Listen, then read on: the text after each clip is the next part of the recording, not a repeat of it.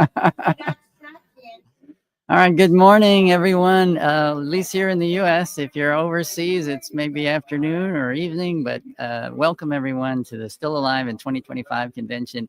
It is Sunday, and just like Six Green Sunday is a little bit more Christian, but not preachy. No one's going to be doom and gloom, sulfur and brimstone. we're just Christian people who love to talk about Jesus, but we're also doing it in the context of people who have come out of the Watchtower, and not we know not everyone has come to Christ, and that's okay.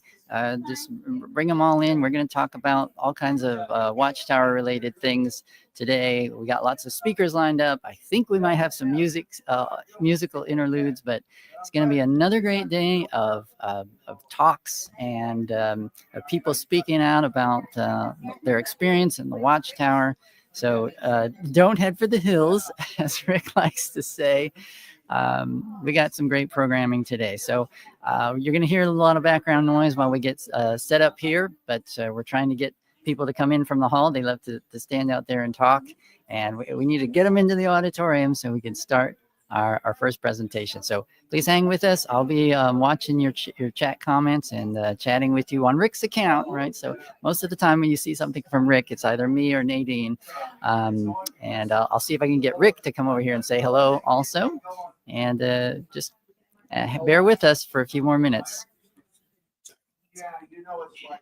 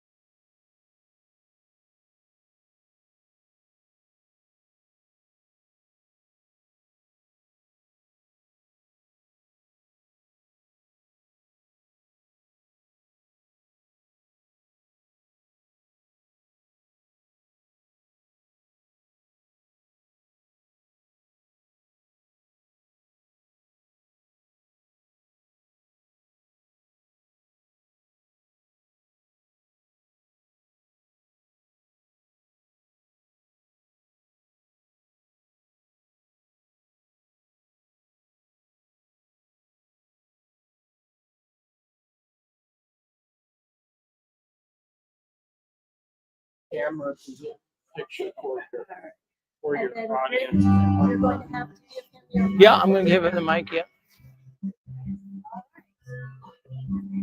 Right, take it easy.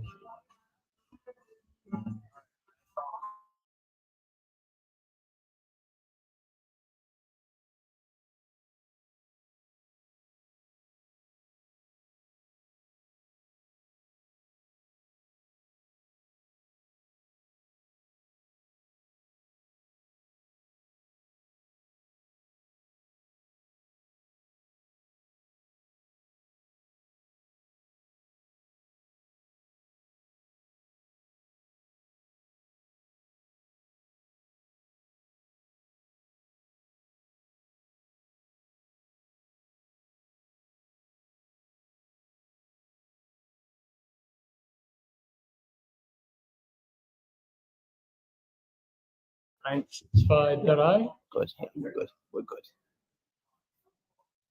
Hello? Yeah, we're there. Just gonna slide this one.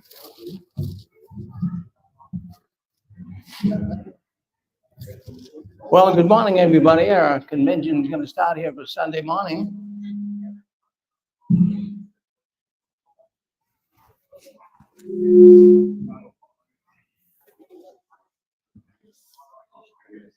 So our convention starts in just about 1 minute. If you want to come in, that's fine, and have a seat.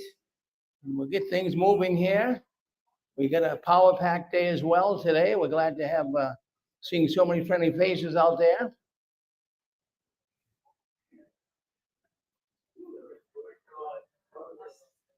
We're just waiting for our chairman. He'll be here very shortly. So hang in there, Fritz, okay?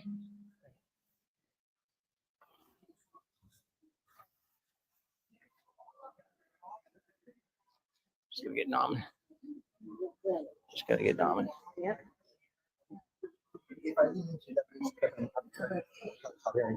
We're scrapping Audra. How you go? Yeah, She's hot.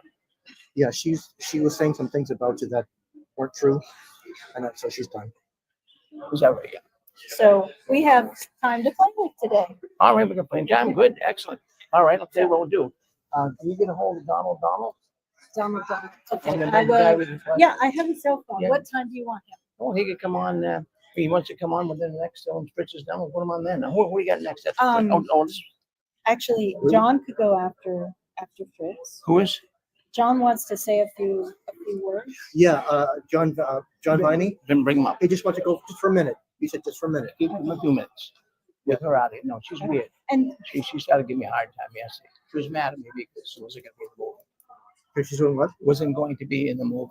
Yeah, me and Nadine, we thought we talked her down. yeah, I talked to Eduardo, and I had Eduardo talk to her. I thought, we're gonna be filming all the talks. Maybe they're gonna film my talk. I gave half my rent to be here, blah blah blah. So I said, listen. I said, what about a personal interview? So Okay. Go ahead. You okay? All right, Introduce Fritz, and then say, look at. Say after Fritz is done, we'll come up. He's got a schedule for going back to the airport. Tell him. In other words, when Fritz is done. Yep. Have me come up, okay? I'm just gonna give him a schedule of what's going on today, okay? Okay. Okay, yeah. And Okay. then I'll get with Jay and tell him that John is going to say a few words before his talk. Now that So we can bring Jay up. we'll bring Jay up after. John just has about maybe So 2 minutes. roughly what time do you think we'll wait for Jay? Let's see, 45 minutes. Actually, we can give Fritz a little longer this time. So let's say 11:45. To 11, okay. I'll tell him that, yeah. 10:45 for Jay. Okay, excellent. Okay, I'll go tell Jay that now. 'Cause he wanted to go Oh, wait. Yeah. No, I missed Will. I'm sorry. Okay, we're on schedule Okay, then. all right. Will be after Fritz, and then John will go in here, and then Jay will still be on time. Excellent, yeah. Look at the man, you're looking great. You're looking great. Good morning. Great. My wife loves you. I love her. See what? Great job. By the way, I didn't know you went to broadcasting school. We have to share that with me. Excuse me, I need this. So you're getting some behind the scenes look at what's going on. I need you to wear this one, please. Okay. You want to put on your tie or Okay. your jacket or? Oh, it's fine. Okay, on jacket. Okay. Get me properly wired. Well, that's easy. At least it doesn't have to wrap around you. And nice cap. Nice style. Okay. All right. Good morning, everyone. Our first speaker this morning is Fritz. How do you say your last name again? Springmeyer. Springmeyer. Fritz Springmeyer. He's going to talk to us about doctrinal dishonesty from the Watchtower. Also, going to have a question and answer period afterwards. So, anyway, Fritz. Okay. Oh, do you want to hold it? Or? If we can get that close enough where it's just, yeah, that'll work. Great. So the story as to why I'm here this morning is I was talking to Rick right before I was going to take off for the conference, and I was just making conversation. And I talked about how words have more than one meaning. You know, you can think of that yourself, you know, like a mouse. You know, what is a mouse? Well, a mouse could be a number of things. And likewise with biblical words. So the word stauros, it does mean a pole, but it has a secondary meaning, cross. So when the Watchtower Society comes along and says, stauros means pole, well, that's true, but it's not the whole truth. It can also mean cross. And archaeologists have uncovered an intact Roman cross that was used for a crucifixion over there in the Holy Land. So to use that definition and say, oh, all the Christian churches are lying to you, you know, it wasn't a cross, it was a pole. And then what's really funny is if you have tracked the Watchtower's art department showing how Christ was, what the Christians say, crucified, they have him one hand with one nail, which is unbiblical because it was both hands.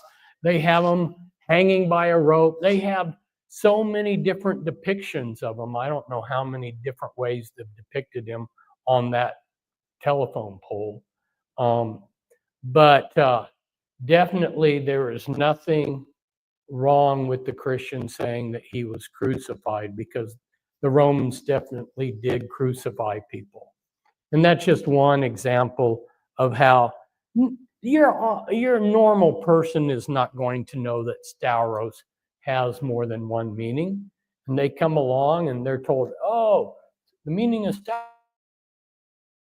stauros, I mean, all these Christians are lying to you. And of course, there's a lot of corruption in the churches and whatnot. So people are willing to believe it. And then once you're in the Watchtower Society, with hair falling down in my face, once you're in the Watchtower, that iron curtain that comes around you, that you can't look at anything, you can't question anything. And unfortunately, people don't know the right questions to ask when they're going through their initial book studies. They think they do, but they're being steered by the book, the paragraph's question, and their thinking's being channeled, and they never get outside of that thinking to really critically think of what's going on. And so I'm going to talk some about outside of the box, you know. So I was with Witness Incorporated. I don't know how many people here have heard and know what Witness was. Yes, it was. Dwayne Mignani was a fourth generation Jehovah's Witness, and he realized that he had been lied to countlessly across the board by Watchtower Society, and he left and he started an organization, Witness Incorporated, to pull people out of the Watchtower organization and bring them to Christ. And in order to facilitate that, Dwayne went out, and I don't know how he managed to do this, but he went out and got a complete library of everything that the Watchtower's ever put out. Pamphlets, records, books, magazines, everything. And John Warren, who was his sidekick, did the same thing. And I was living in Oregon, and I had a Christian brother who knew my story, my horror story with the Watchtower Society. And I'm going to visit him on Monday. He now lives in Pennsylvania, doesn't live in Oregon anymore. He was a really, he's a Christ, you know, when you're in my position, I just love the heck out of him, you know, love him so much. And he said, Fritz, Witness Incorporated is putting on a, what would you call it, a session, a public meeting where they say that in 10 minutes they can teach you how to evangelize Jehovah's Witnesses. Now you have to understand, I had been associated with the Kingdom Hall for 2 years. And I turned to Dwight, my friend, and I said, Dwight, that's American hype. That's your typical stuff, you know. We can teach you Spanish in 10 minutes a day or something. That doesn't work. Dwight, let me tell you, I have never seen any Christian ever stand up to a Jehovah's Witness. They slam the doors in their face. They're not going to convert them in 10 minutes. That's just hype. He said, well, you should try going. And I said, okay, yeah. Well, I love the heck out of the guy. And of course, I'm going to go to this meeting with Witness Incorporated, but I was totally skeptical. There's no way anybody could teach Christians how to break the spell that's over Jehovah's Witnesses. And so I went, and when John and Dwayne would talk in the front, I would stand up, and I was devil's advocate, if you want to put it that way. And I said, yes, but where else are you going to go but this organization? There's nothing else out there like the Watchtower Society, you know. And John, without missing a beat, he just quoted Acts 4:2. He said, for no other name under heaven, you're not saved by any other name in heaven except Jesus Christ. They had the answers. And they showed me that, yes, in 10 minutes you can lead a Jehovah's Witness out of the Watchtower Society. Because they had the goods. They had the photocopies where it blatantly showed you that the Watchtower Society has lied, and they're lied about their history, and they've lied about doctrine, and on and on. So yeah, they had the facts. They had it. And so I joined Witness Incorporated for 10 years as a missionary. I ran their print shop printing up these books, which was nice because they're heavy duty books, and I could read them while I was printing them. And I referred to one of them last night, The Heavenly Weatherman, where Dwayne shows that their view of God is totally unbiblical. And he got the title from that Watchtower magazine article, which said, God doesn't know the future. He only predicts the future like a weatherman. That's their God? What kind of a puny, that's the God that created the universe? Is just somebody who can extrapolate like a weatherman? And he made this all and he didn't know what was going to happen? If you believe that, then Genesis isn't revelatory. But when we read in Genesis, you see he had a plan. He's above time. He knew what was going to happen, and he had this whole thing thought out. He's not being surprised like a weatherman. I mean, I talked recently to a meteorologist because I did a story on the meteorologists in our area, and they get together and they talk. The older ones talk to the younger ones, And sometimes they're wrong. He said, you know, sometimes we totally miss it. So is that God? What about Jesus Christ? So as a missionary to bring Jehovah's Witnesses to Christ, I interacted with Jehovah's Witnesses, and there was an elder in Aurora, Oregon, and he was a little bit, well, he had somewhat of an ego. And I mean, that's not uncommon. A lot of people do. And he had taken things that the Watchtower had written about Jesus Christ being Michael the Archangel, and he had put it together. I, having come from been associated, knew where it came from, but he acted like he had written it. But it wasn't, he didn't write it. He had just pulled it straight out of Watchtower magazines. But anyway, he had assembled this 3 or 4 page, what would you call it, treatise, paper on how Jesus was Michael the Archangel. He said, I've shown this to a number of people and nobody's been able to counter it. So, hey, I'm willing to take up the challenge on that. So I said, well, let me have a copy of that. So what I did was, is line by line, and each line, each sentence that he had, I may have written a page on. So I ended up writing a book. And I ripped that whole thing to shreds but what I had to do is I had to go in and I had to examine things with a fine-tooth comb. And here's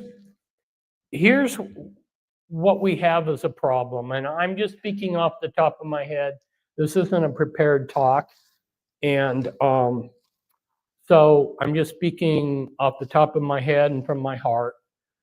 But I have done a lot of research, not only on subjects like the Illuminati, but biblical subjects. And unfortunately, the churches have people dumbed down pretty badly, just like the public schools. So if we were to say this is the corpus of biblical knowledge out there, you know, and call that, let's say, we'll put a number 100. They may give you, as Joe Christian that goes to the church, 1% at best. There is so much deep thinking. You have theologians that have gone through the scriptures. They've devoted their whole life, and they go through that scripture. They look at all the old documents, how people felt about that old you know, we have the Dead Sea Scrolls, you know, so we can look at what was the original language, what are the variations of that, the Masoretic text. They go back and look at the words as they meant back then. They go back and look at how did people interpret it back then, because the Hebrew scriptures had the Israelites living them and writing about them for years. And then something that the churches don't like, but really is worthwhile, is back then, there were books that were used along with the scripture because they were helps. So like Christians that go to church today, they'll go to the Christian bookstore, which are dying out. Everything's going online, but they go to a Christian bookstore and they get books to help them understand things. Likewise, the Watchtower Society would give you books to help you understand things. Okay, those are extra biblical, but those extra books may be helpful.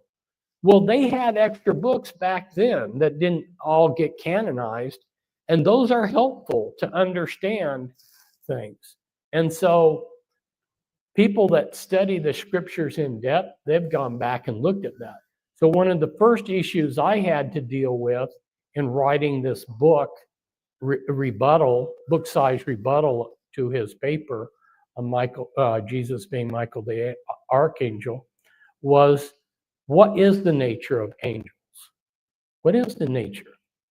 And you see, the Bible is designed for certain things, but it's not designed really as a doctrinal encyclopedia. It doesn't assemble all that information in one little spot. You have to use a fine-tooth comb, and you have to do a lot of research to define what is the Bible really saying the nature of an angel is. Okay. And when you do that, like I did, and it took a lot of work, then you realize that the nature of Christ and the nature of angels are two different things. He was not an archangel. He was not an angel. Okay. Their nature is different. And one of the scriptures that I quoted is there in the first chapter of Revelation, where it says, Jesus is coming in the clouds, and all eyes will see him, and he is the Almighty. And when we read that, because what I did was I sat down with this elder, and we went word for word through what I had written, my rebuttal of his paper. And when we came to that verse, that biblical verse, he just immediately clicked what the Watchtower had taught him, and he didn't even think about the verse. And then he would say, look at the context, look at that. And that caused him to think, and he was a little shook up. Because if you look at that verse and look at the context, you realize it's saying Jesus is Almighty. He's not an archangel. And so, what about that? Who is Jesus? So, we had Witness Incorporated conferences, and we'd have speakers. I was a speaker at our conferences. We had one speaker, and he talked about how he had gone through, and he had taken a Witness Bible, New World Translation, and using their translation, he had written in the margin, and he had gone through and circled and underlined and written in the margins every place that their Bible showed that Jesus was Almighty God. And so I got that from him. I thought, this is outstanding. I was blown away. If you stop to think about it, if you really stop, for instance, who can forgive sins except God? I mean, I was surprised. Every page of the New Testament, essentially, he had notes showing that it talks about the deity of Christ. Every page. I mean, some of the pages had 4, 5, 6 notes on them. I was like, wow, I didn't realize it was that overwhelming. And these issues, they're not trivial. And the general person out there, I would venture to say 100% of you probably have no clue how much these issues have been studied. Even I go into the seminary libraries and read these tomes that nobody else would. And that's another thing. This has nothing to do with the Jehovah's Witnesses, but has to do with the way nobody reads anything. So I like to go to university libraries because that's the barest minimum of what really I need. I mean, I even had a library card to Library of Congress at one time. It's just too far away from my home to travel. Oh, and here's another thing while I'm just talking off the top of my head. I had a library card to the Iowa Masonic Library, which is their central library. And when I was researching, as long as I got the books back to them, I could order any book and they would send it to me by mail. I would have it for 2 weeks and I could send it back. Isn't that amazing? And these were books from Freemasons that you wouldn't normally, nobody but Freemasons knows this library exists. So they're probably not worried about people like myself researching out of their library, but it was great. One of the books I checked out was a series of books, actually. I think it was 6 volumes, if I remember correctly. It was 10,000 famous Freemasons, and they gave the bios for 10,000 different Freemasons that were important people. And since I only had 2 weeks with it, I just went to a photocopy machine and photocopied the whole thing off. But so yeah, I got it straight from the horse's mouth. But I'll tell you this, there are certain people like Charles Taze Russell and others that are part of agendas that they leave out. And so it's there, it only goes so far. Let's put it that way. They still have their secrets. So yesterday I was hearing that one of the steps that you go through is humor. Well, we were going to have a convention of our Witness Incorporated missionaries, and I got into the humor stage. And so I did like 100 posters. I was reminded this guy who was walking around with this 144,000, is a myth poster. And well, I made these humorous posters. And John Warren, Witness Incorporated, he put them all through his house. I was surprised. So to give you an example of one of the posters I made, I have a picture of these angels celebrating the birth of Christ.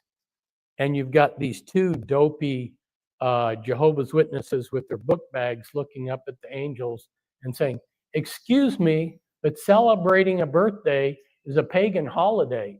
And they're telling the angels that. Because who celebrated Christ's birth?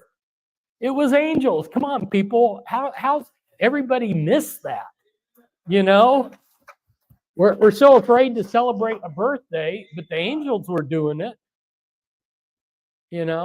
So I find that humorous. So I had probably 99 other humorous doctrinal posters. And if I had known that I was going to do this talk, I would have dug up in my storage unit some of those, because when you stop to think about some of the bogus statements that the Watchtower has made, and you start really thinking about it, it's actually humorous. You can actually see the humor in some of this stuff. I mean, there was one, it was a quote from Charles Taze Russell's books. There's this long paragraph, you go by the ferry and it's so much, and Hoboken and here and there. And he was using this convoluted trip that you make to say that this proved some prophecy. And it was just hilarious. I mean, who could believe this mental scriptural gymnastics, And that's one of the problems that you see with what the Watchtower's thinking is that they string all these different verses together to come up with a preconceived idea. And the thing of it is to really get to the bottom of what those verses meant, you need to approach it from a different angle. Now, one of the angles that the Watchtower uses that appeals to people is it reasonable? Is it logical? The problem is that our knowledge is finite.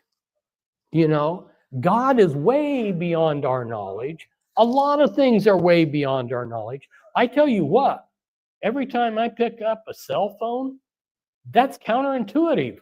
What? If I had been a boy and I found a cell phone and if this had gone back in time and I had picked it up, I'm like, what is this, magic? I mean, how can this be? This it doesn't make sense, It's not logical. That cell phone's not logical. How can that be that way? How can it, I type in something and instantly I get something? Who in the world? It's, and God is way beyond a cell phone, So to use reason and logic to understand God is just ridiculous. And that's one, pardon me?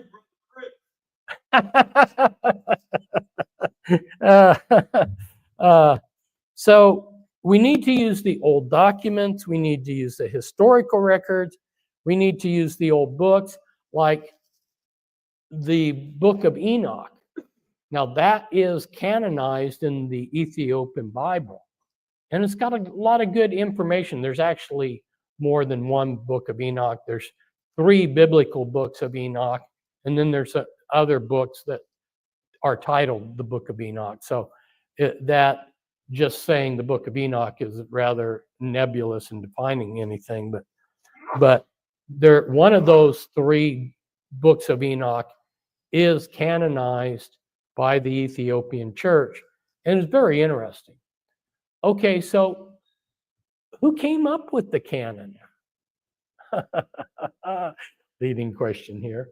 Okay, well, let me blow your mind with this. Because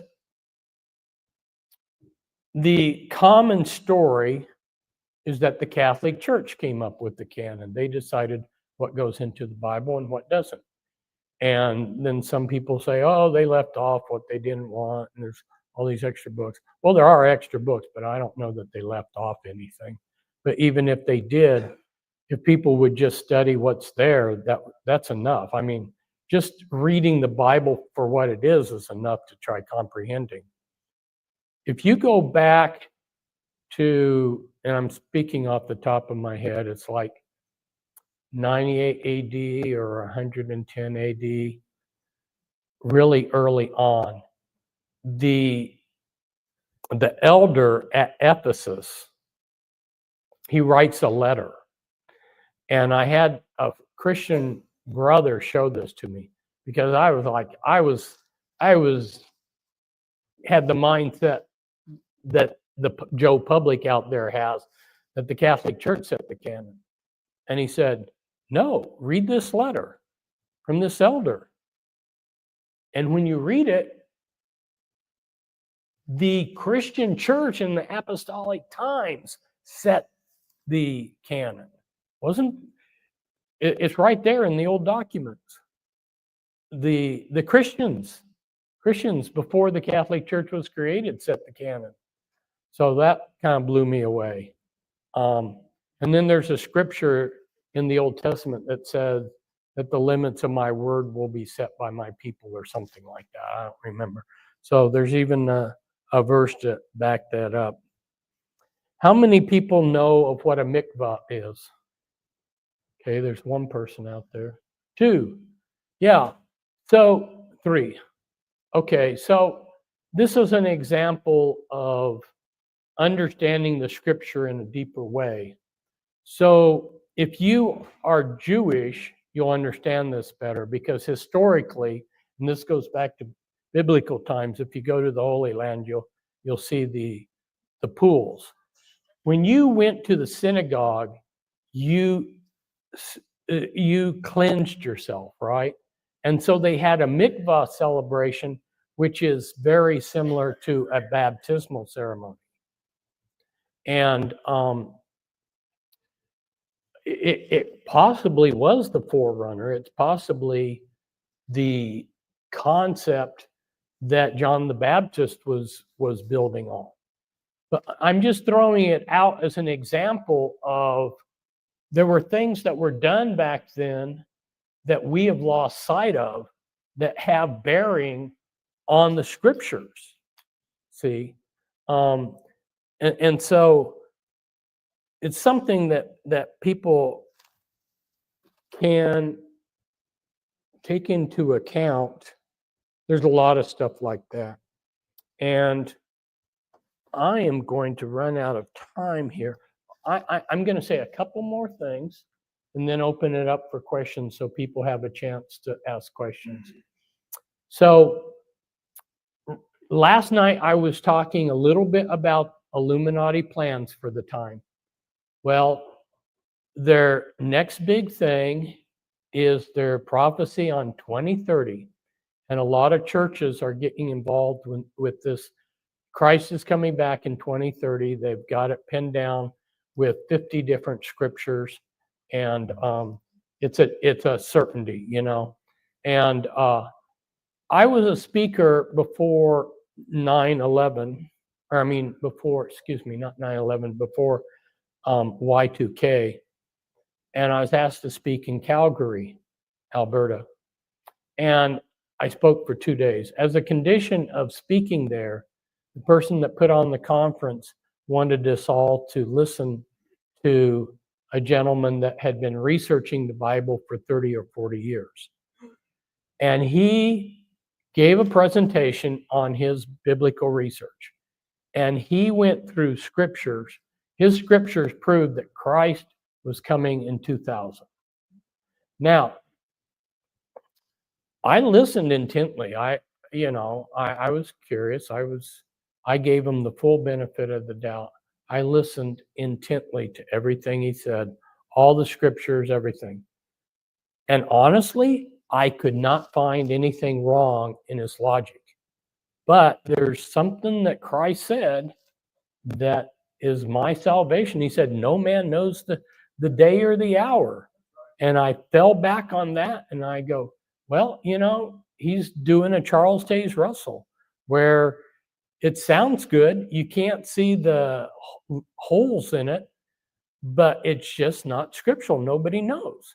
And God doesn't want to, Jehovah or Yahweh, Yahuwah, he doesn't really want us to know. And so you might, okay, this raises up another issue. Well, if Jesus was God, why did he say there were things that he didn't know? Because God manifests in different persons, if you want to call it MPD, because I worked with people that have MPD. I understand totally how it works. You know, how MPD comes about, you have one body, but different minds, right? And God is big enough that there's different persons. So you have God the Father, you have God the Son, God the Holy Spirit. And so Christ can dissociate, because on one hand, he says, everything that the Father has, I have. Okay, so that means that if the Father has this knowledge, he has it, right? But on the other hand, he says, I don't know this. So how does the two statements work together? He's disassociated. It's like having an envelope with the time, but he's not going to open up that envelope to see what the time is when he's to come back. And that's the way it works. Now, why would God manifest in different persons? Well, think about it.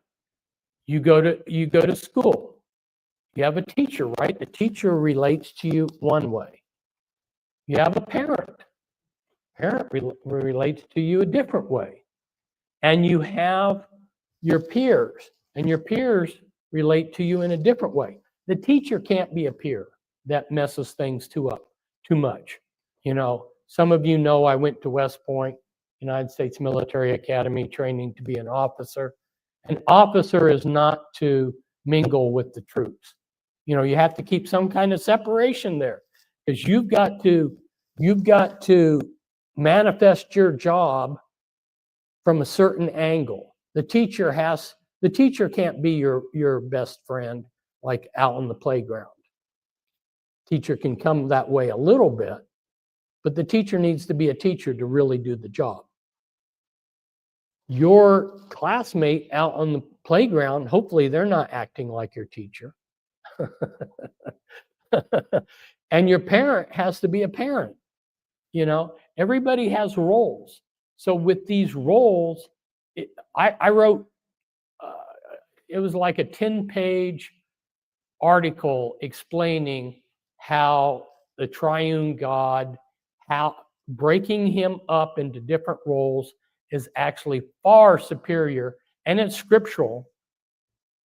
He's really manifested himself in a way that is very beneficial to us. You know, okay, I'm being told that I'm got to give up the floor here, so I'm opening it up to questions. Yes, sir. Just curious, how much influence does the Illuminati have on Jehovah's Witnesses and what they do? Are they pretty much under their authority through the governing body?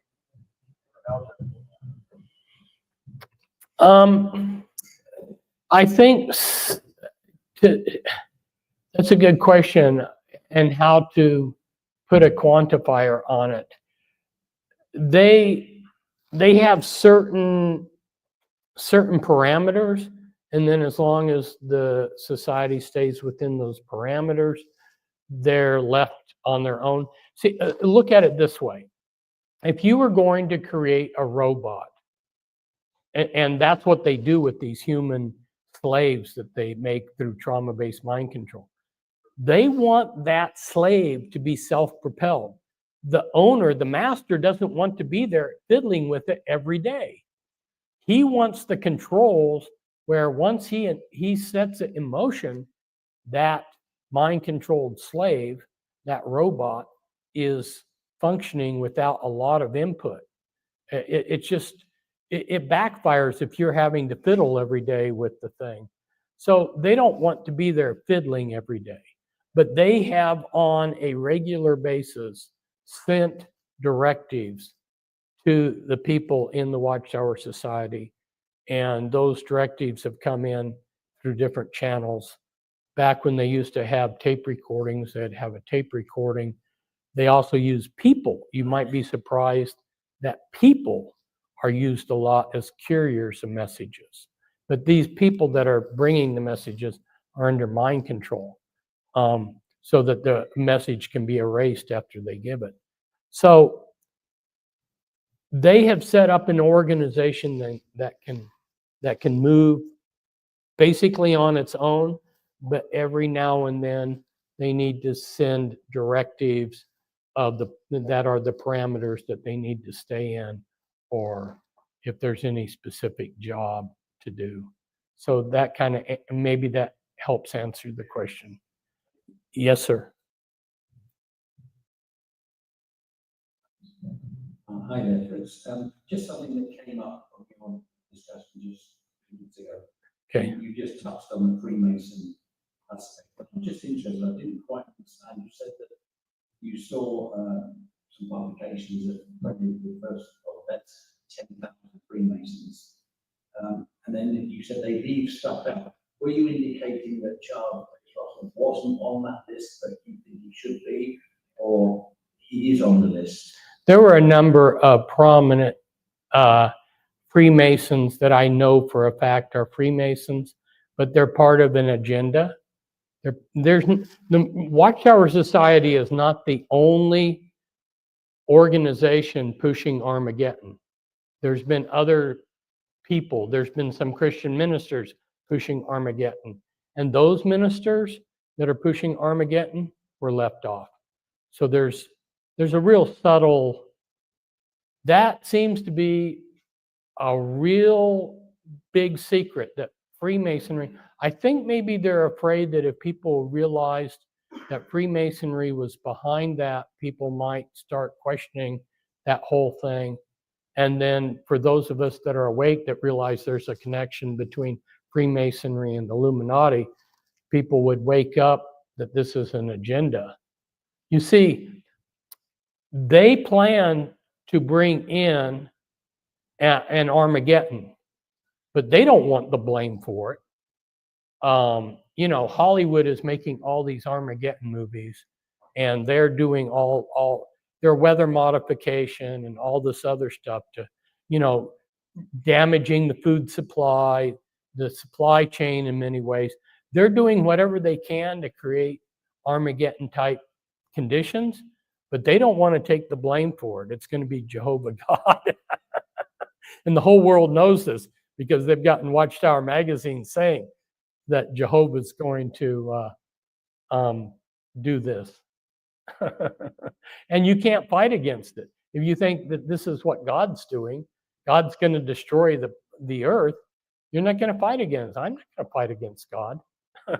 So it's all part of an elaborate plan that's been going on for a long time. All these things were planned surprisingly a long time ago, and they're unfolding.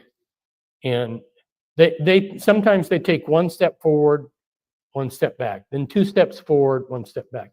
They're very cagey in the way they do things. Next question. Okay, yes, sir. I think he's dead. He's stopped. He's John Warren, his sidekick, has died, which I really love John. He was such a dear man. And I think Dwayne has died. And I may have known that as a fact and just forgotten it. I can't keep track of everything. My memory's beginning to slide. But I know in 2014, I think is when Witness Incorporated stopped.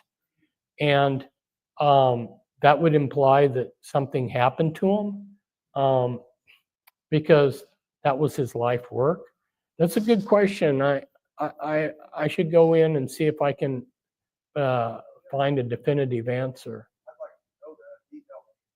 'Cause I was living in Watchtower. He prayed for the phone. Really a super nice guy. Oh, yeah. He helped us. His literature was wonderful. Yeah.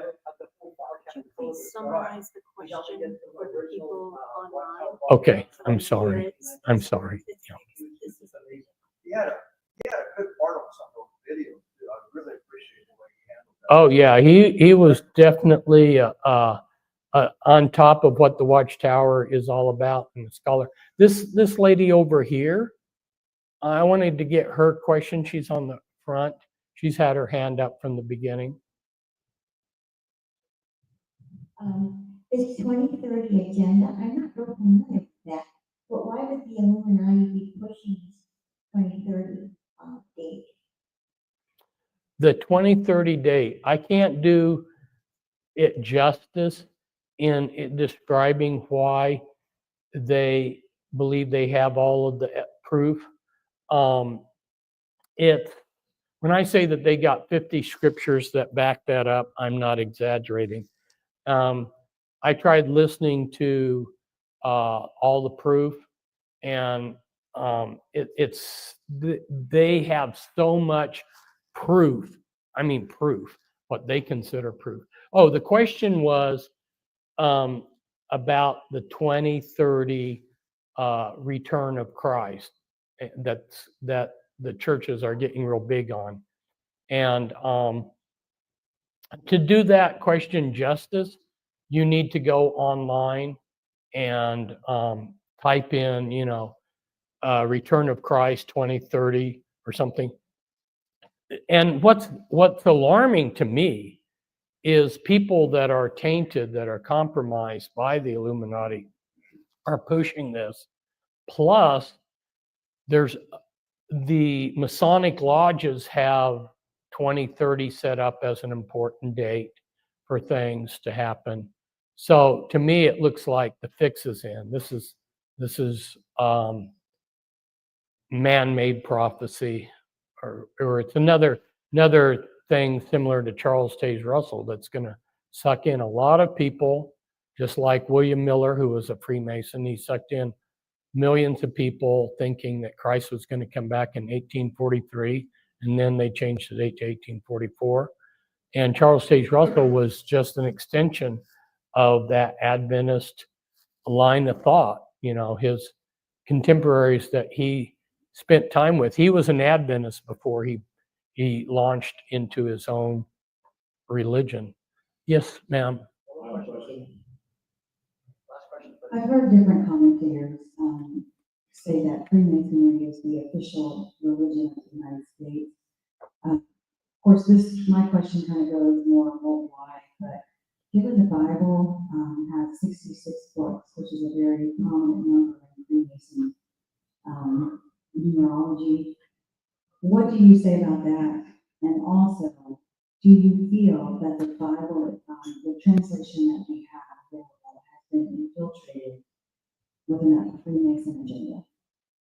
Okay, so Pardon me? Yeah, I'm going to do that for once. So that was kind of several questions, but to summarize, it was, has the Bible been tampered with by the Freemasons? And maybe part of that question is there's 66 books of the Bible, and 66 is kind of a questionable number, 2/3 of the way to 666.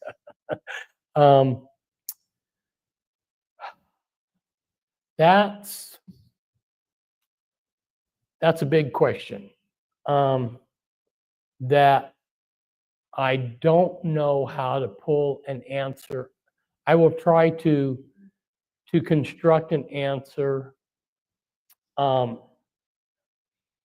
God is going to preserve his word.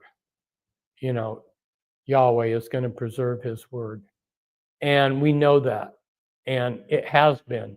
No matter how many times over the centuries they have tried to extinguish that word, they have failed. So he's going to preserve it. So there are a lot of people that feel like, well, they left out books, they tampered with it, and they use that as an excuse not to grow spiritually. Okay. Well, the thing of it is if you take, you know, if you think that something's been tampered with slightly or whatever, then do what you think it says. But don't throw the baby out with the bathwater.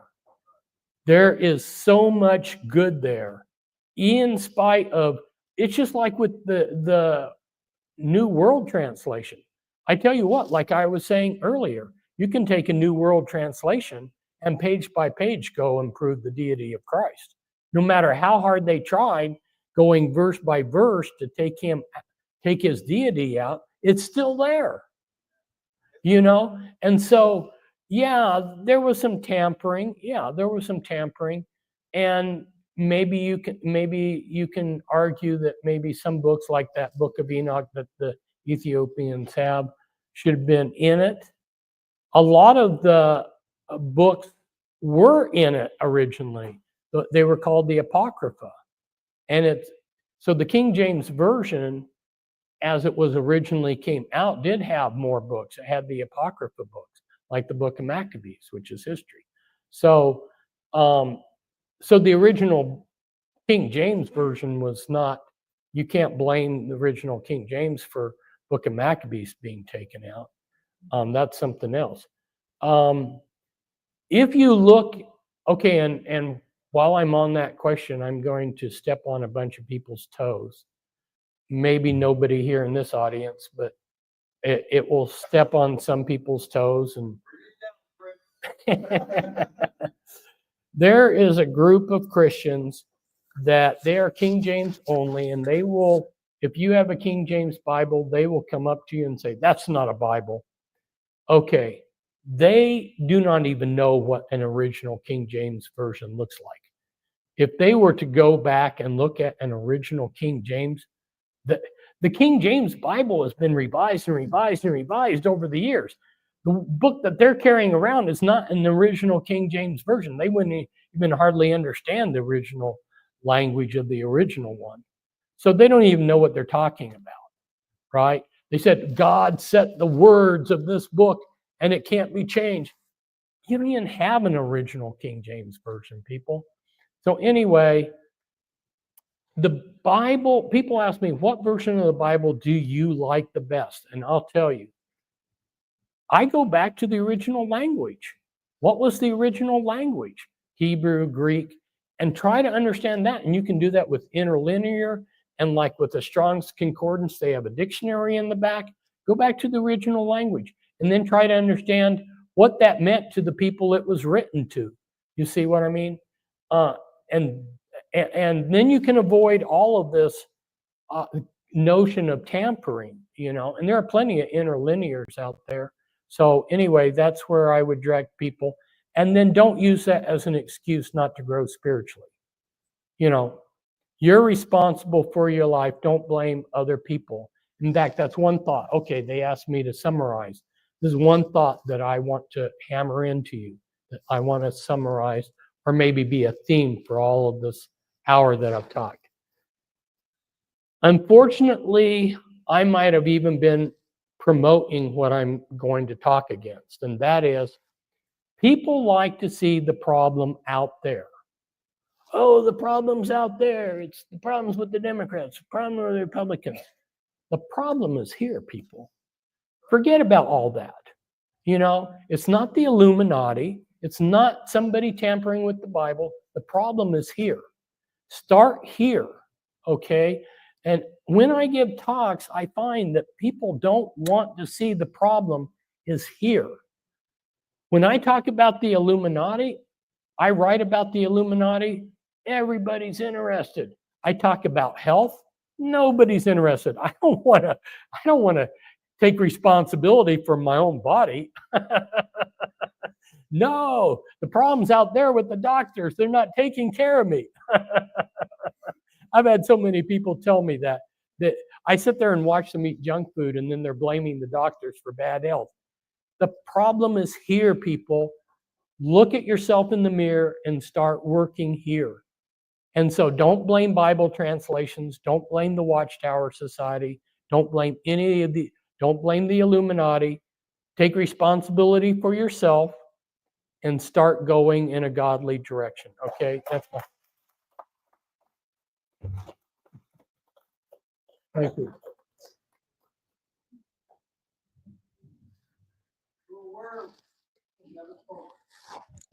Thank you, Brother Fritz. Thank you. Oh, I just have to get up out of here. There we go. Yeah. Yeah, I'm not going to destroy it. No, I watch them for me. What do you need from me? Anything? No, just when I get to the bottom, I'll take my notebook. Okay, and I will take the microphone. Oh, yeah. Thank you, Fritz. God bless. That's gonna be it. Okay. All right. Good. That's good. Thank you. Right. Good, thank you.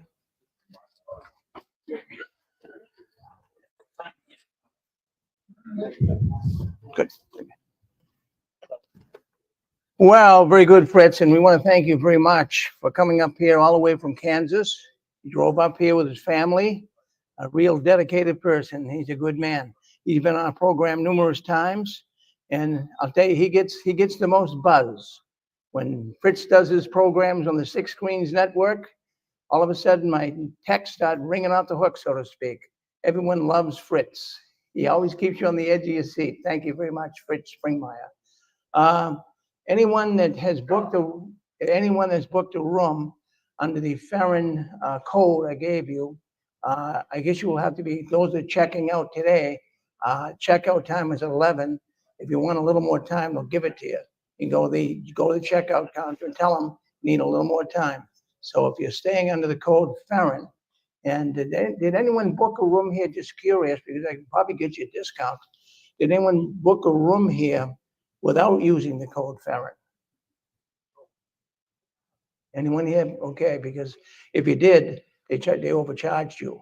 So I could get you a few bucks back, you know, probably $30, $40, $50. So if you didn't use the name Farron, you booked it, let me know and I can talk to them and get your discount. So that's going on. Who's going back to the airport today? All right, in the back. Do you have a way back, sister? What time's your flight? The shuttle won't leave at flight, but I did tell you we'd get you back. So we'll get you back to the airport, so don't you worry. We'll probably put you on an Uber, all right? All right, because the shuttle's gonna go back. There's gonna be a shuttle going back to the airport at 12:30. So if anyone's going back, be out there by the lobby. You'll see it says right on the side, Six Screens, Boston. Get on that shuttle, that'll take you to Boston. Yes, Jay? You said about checking out. I told them under the name Farron. I told them I'm checking out tomorrow. Why we talk to them again? When you're done with your talk, go into, but I don't think that affects you. Yeah, yeah, no, no, it doesn't affect him. No. Okay, you're all right, Jay. They're not gonna kick you out. You'll be all right. Okay. What's your room number, by the way? 440. I'll check with that. You're all right, don't you worry. All right. And also, we have some T-shirts. We have some T-shirts, and if anyone wants a T-shirt, it's $29. But I'll tell you what, because I don't want to end up with a bunch of T-shirts. If anybody wants those T-shirts, $10, $12, be fine. And if you don't even want to have the cash on you, go to the 6 Screens, pick up a T-shirt, go to the 6 Screens of the Watchtower.com. On the bottom, it's a donate button. Just go down and you can donate the $10 in there. 6 Screens of the Watchtower.com, and you can make a payment there next week or so. But just if you want 2 or 3 shirts, take them and just get in there and do that. I'll put you on the honor system, okay? So that'll be good. Let's see. So that I think. Oh, if you already bought a T-shirt, you say, "Well, Rick, that's not fair. Geez, I paid $29 for the shirt. What are you trying to rip me off or what?" So I know there's somebody bought the T-shirts. If you bought the T-shirts, you walk up and grab another one free. Okay, we'll do that for you. Okay. I want to be fair. I want to be fair. Okay. So, anyways, I'm going to bring Norman back up here. Norman, you know what's going on, right? Okay.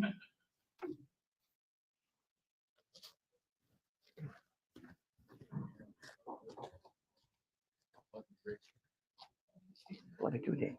Yeah, where are they? They be here? So, yeah. Nadine keeps me in line. She's, yeah, there you go. She keeps me in line. She's an amazing woman. Our next speaker is a former Jehovah's Witness, Will Chandler. He's going to share some thoughts on post-traumatic growth, PTG, especially for former Jehovah's Witnesses. Many experience trauma due to the Watchtower's teachings and policies, focusing on perception and perspective. I knew I was going to get that wrong.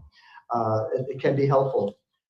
It's about shifting how we view our experiences to foster healing and personal growth. And it's a journey of healing and moving forward.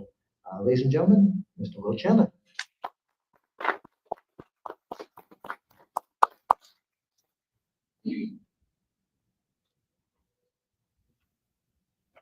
So, that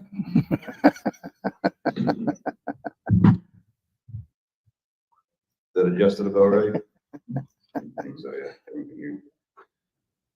All right, so just couldn't tap on that. What is real? What is truth? Excuse me. Oh, sorry. Put that on, please.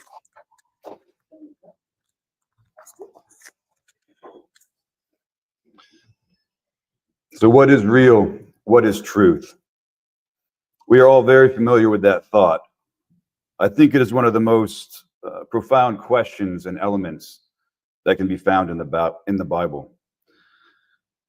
To figure out what is true is not an easy or short process. I want to bring you back in time to visit some of the truths that Plato put forward over 2,400 years ago, or about 2,400 years ago.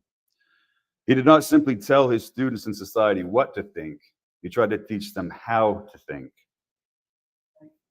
He tried to teach them how to find truth, not what truth was or is. I'm going to focus on his most famous passage, the allegory of the cave. It's probably the most famous passage in Western philosophy. All right, so getting into that. So he was basically trying to explain what was happening in society at large and trying to reveal to people the influences that were had upon them. So he did this through use of an allegory or a metaphor. Now, what Plato asks you to do is to suppose for a minute that there's a cave, and at the bottom of this cave, there's a bunch of people that are chained up. Now they're chained by the ankles and by the neck. They're in basically like a seated position, and they're unable to move their heads. They can only see what's right in front of them. Interestingly enough, their hands are free.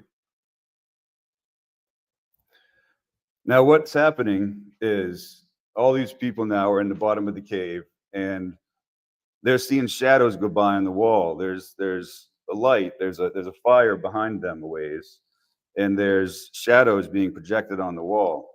Now, initially, they see the light on the wall in the cave, the reflection, and they think that's the sun. They think that's enlightenment, right?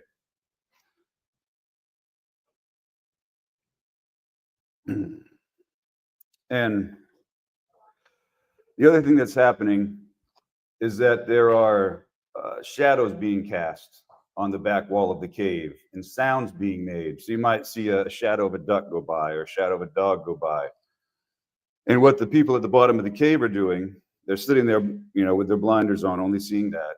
And they're naming their world.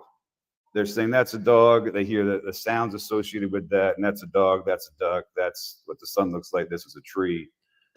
They are naming their world and making it intelligible. They're trying to make sense of their existence. The act of naming things. Think of the Garden of Eden, Adam and Eve. What were they doing? Naming things. They were making intelligible their world. We are all of us born a bit naive and have to learn what truth is, what our reality is. Now, suppose for a second, Plato tells us, that a couple of those slaves chained up down there were freed. One of them just stays put, just doesn't stand up, doesn't turn his head, doesn't, again, their hands are free. No one's trying to free themselves. But suppose for a second, Plato says that one of them is compelled to turn around. What does he see? Well, he turns around and he sees behind there that there's a fire. Now, before he thought the light on the back of the cave was real, was truth. Now he turns around and he sees that fire back there. Oh, well, that must be the sun. And then he sees people going by, kind of like on a raised walkway, holding up these silhouettes, cardboard cutouts in today's language, let's say, casting those shadows on the back wall. And these people are also making sounds. So a duck, they might say quack, right? That's not quite what a duck sounds like, but all of us understand that's what that's supposed to mean in that environment. And so they are projecting the sounds and the images on that back wall, defining the people in the cave's reality below them. Who are the people in the bottom of the cave? Any thoughts? Anyone? Exactly, it's us. It's all of us. That fits with quite well with the Jehovah's Witness experience that we have all had. We are all of us born into ignorance, into chains, into sin, if you will, into not yet meeting our potential. It doesn't have to have a negative connotation, does it? Now, to keep going, so this man, the one that was freed and is compelled to turn around, that actually does do this. It does say that it's very painful for him. The process is painful. Standing up is painful. He hasn't stood up properly. He's been chained down. Seeing the fire, that hurts his eyes, right? He's not thinking about going from a dark room to a bright, stepping outside and say the Texas sun or something. It's gonna hit you for a second. It hurts. It doesn't feel good. Now, going forward from that, so he turns around and sees this, and Plato tells us, suppose that he is then compelled again to keep going up the cave, out of the cave. And one thing that he tells us is that he's compelled, but also at times seeming to be drugged up and out the entrance of the cave. It's not necessarily just him by himself. There's some other element happening there. Now, when he gets up out of the cave after being a bit bumped and bruised from making his way out, he sees the real sun. He sees what a real dog looks like. And obviously those things sound different. So now that's a painful process though. First he turns around, sees everything, painful. Goes outside, sees sees reality, that's also painful. Now after a while, gets used to it and then he starts thinking about his fellow people that were down in the cave, right? And he says he wants to go down and help free some of them. So he has to re-enter the cave. The problem is his eyes aren't adjusted to the dark anymore. So when he goes down and meets with his old cellmates, he can't name their reality properly, and they think he's crazy and a danger. And now all of them, remember, their hands are free. Now they're not willing to free themselves, but as a group, they come together and say, this man is dangerous. We need to kill him if he's going to try to do this. Look at the way he's disrupting things. Look at the way he's corrupting the youth, if you will. And so now they have their hands free. They won't free themselves, but they will kill anyone trying to free them. Hello, apostates, right? Now, who were the people that were projecting those images? I got to back up for a second. Now, that's going to be obviously like Jehovah's Witnesses, the leadership. That can be the media. That can be parents. You shape your children's reality. You want them to carry on as you have been and to grow. But you also want to control certain things, right? So you don't tell your kids the whole truth of everything. You mold them into what you think is proper, and helping them find that path. So at the end of the day, our reality was the effect of someone else's manipulation. Now, again, they were compelled to turn around. And you get the impression that there was someone there that helped free those two individuals. And the one was there helping get the one prisoner that turned around to come up out of the cave. It's kind of like, it reminds me of the verse in the Bible about the way it's cramped and narrow. That it's not an easy path. We each other have been helping each other show the way to get out of that cave, if you will. Now, yeah, the path to enlightenment, I suppose, kind of funny, because you think the path to enlightenment is not easy, right? To seeing the sun, to seeing reality. Now, Socrates, Plato's teacher, compared being a teacher to being a midwife. Socrates' mother was a midwife. She had gone through it, had children. She obviously would have been helping to coach people how to get through childbirth, right? Know when to push, know when to relax. Now, that's what Socrates says a teacher is, a midwife. That's the analogy he makes. It's not the teacher's pain and problems that have to be overcome. The student has to put in the work. Learning is not a passive. Someone else can't fix you, kind of like Humpty Dumpty, right? You got to put yourself back together. In other words, you have to put into work to heal. Someone else can't heal you. You can be shown the way, but it takes hard work.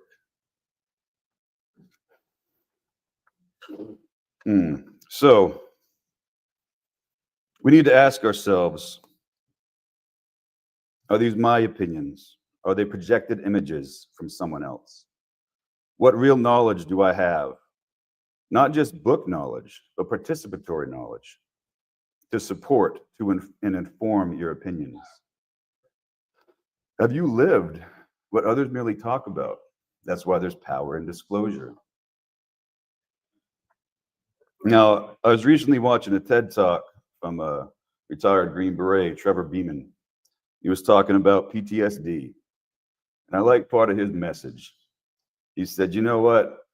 I'm calling it injury, PTSI, post-traumatic stress injury, right? Change your perception, change your perspective.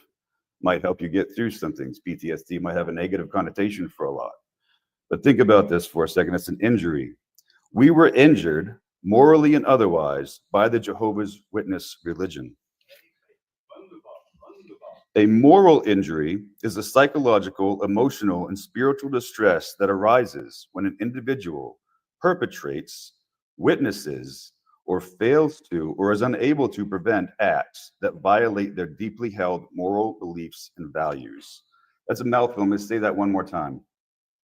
A moral injury is the psychological, emotional, and spiritual distress that arises when an individual perpetrates, witnesses, or fails to or is unable to prevent acts that violate their deeply held moral beliefs and values. Now, this can lead to feelings of guilt, shame, anger, and a sense of betrayal, impacting mental health and well-being. Now, what happens to those of us with PTSD, or those of us with a post-traumatic stress injury? We encounter evil and malevolence that harms us. Until you figure out how to name that evil, to categorize it, the injury won't heal. The lessons of your encounters with evil need to be integrated, processed into your view of the world. To me, that looks a bit similar to climbing out of Plato's allegorical cave. To get to a place of healing, of integration, of enlightenment, requires active involvement in our own education. One has to ask themselves how and why they perceive things the way they do.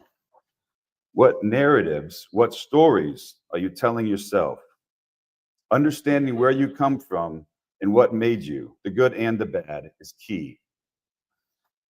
I attended Boulder Crest Foundation's week-long immersive PTSD, post-traumatic growth training program last year. And one of the things is knowing where you come from, the good and the bad. Sometimes we focus on the negative, but we don't see the positives. Now we've all had, everyone here can quote the negatives of the Watchtower, right? And what they did to us. They also shaped us. It's not all bad. Amen. Look at how we get to now turn that evil into good, right? Perception versus perspective. Zooming out a bit, right? And now one of the things about that, so we'd make a sheet to know who we are, like say like a family tree.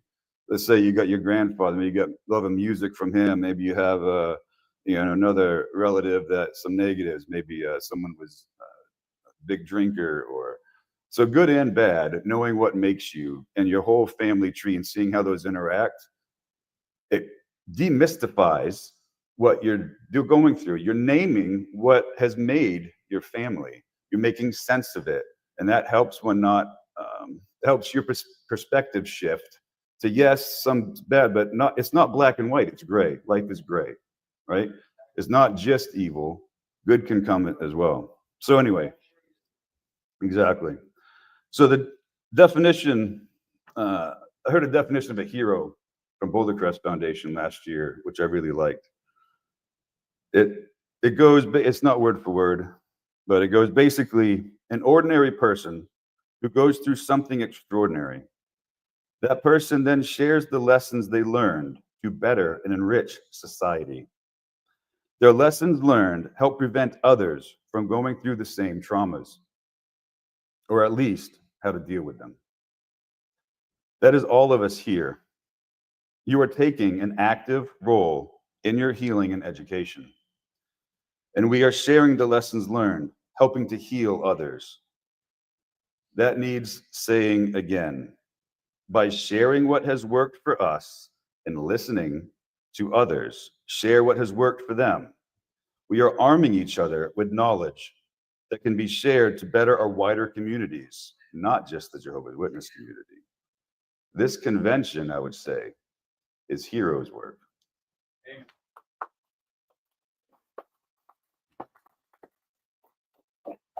And just as I'm just looking forward to seeing what all of us accomplish together. So, thank you. Thank you.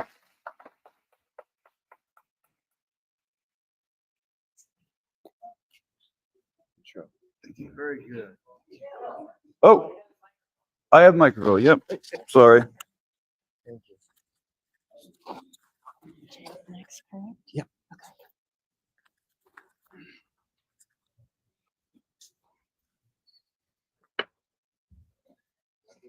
Yeah.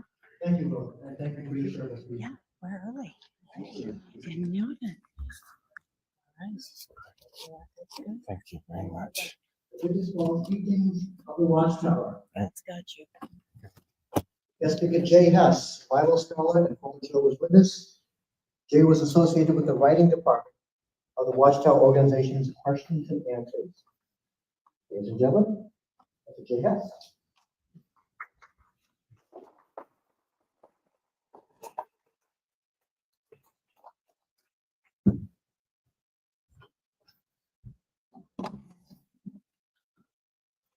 Love it when a plan comes together. All right, let's see if I can. Oh, I can. This is great. Hi, I'm Jay Hess. Good morning. All right, thanks for the introduction. Make it real brief. Was raised as a Jehovah's Witness. I'm going to say J-Dub. I hope it doesn't offend anybody. Raised as a J-Dub. My folks got into it when I was soon after I was born. And I was baptized in the mid-teens. Had to hurry up because we were looking for 1975, so I was baptized in 68, just in time to get the end. Oh, that was so cool. So nice to be in the new system now. I believed it because of their door-to-door work. We would debate Christians, and the J-Dubs always won the debate. Sadly, the internet is even the score here. That's good. I believed most of it. I was in it for a year.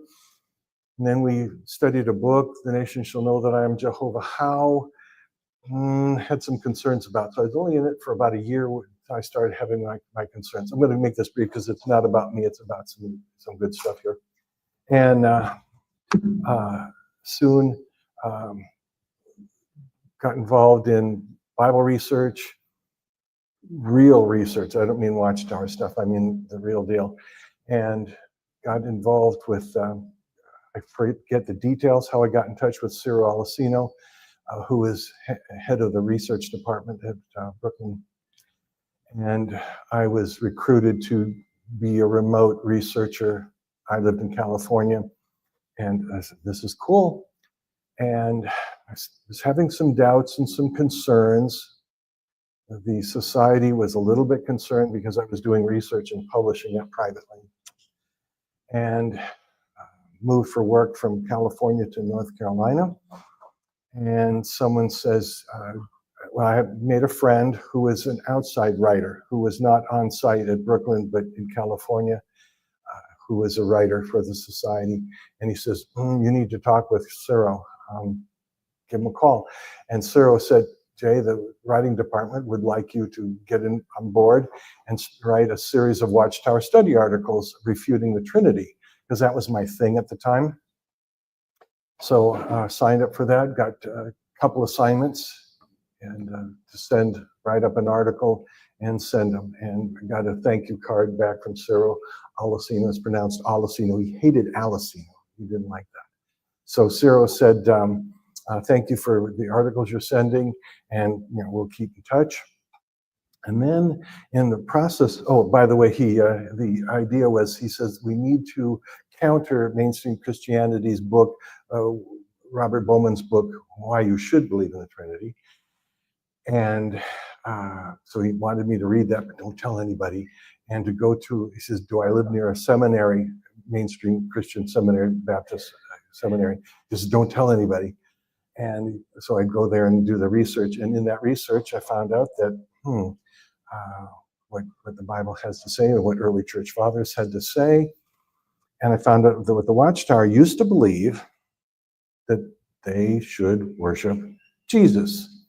It's part of their charter in Pittsburgh, Pennsylvania. I've actually been there, gone and seen the actual charter. And yes, it does say that the Watchtower did believe in worshiping Jesus. In the 1945 October, Watchtower gives 2 verses to prove that Jesus should be worshipped, Hebrews 1:6 and John 5:22 and 23. And all as a result of researching what the society said. So I said, well, I can be a non-Trinitarian and believe in worshiping Jesus. So my second article that I submitted to the Watchtower writing department was about how you can worship Jesus. And that was the end of my career. I was put on trial. The trial lasted, 6 hours. And I was found guilty. I confessed. I didn't repent.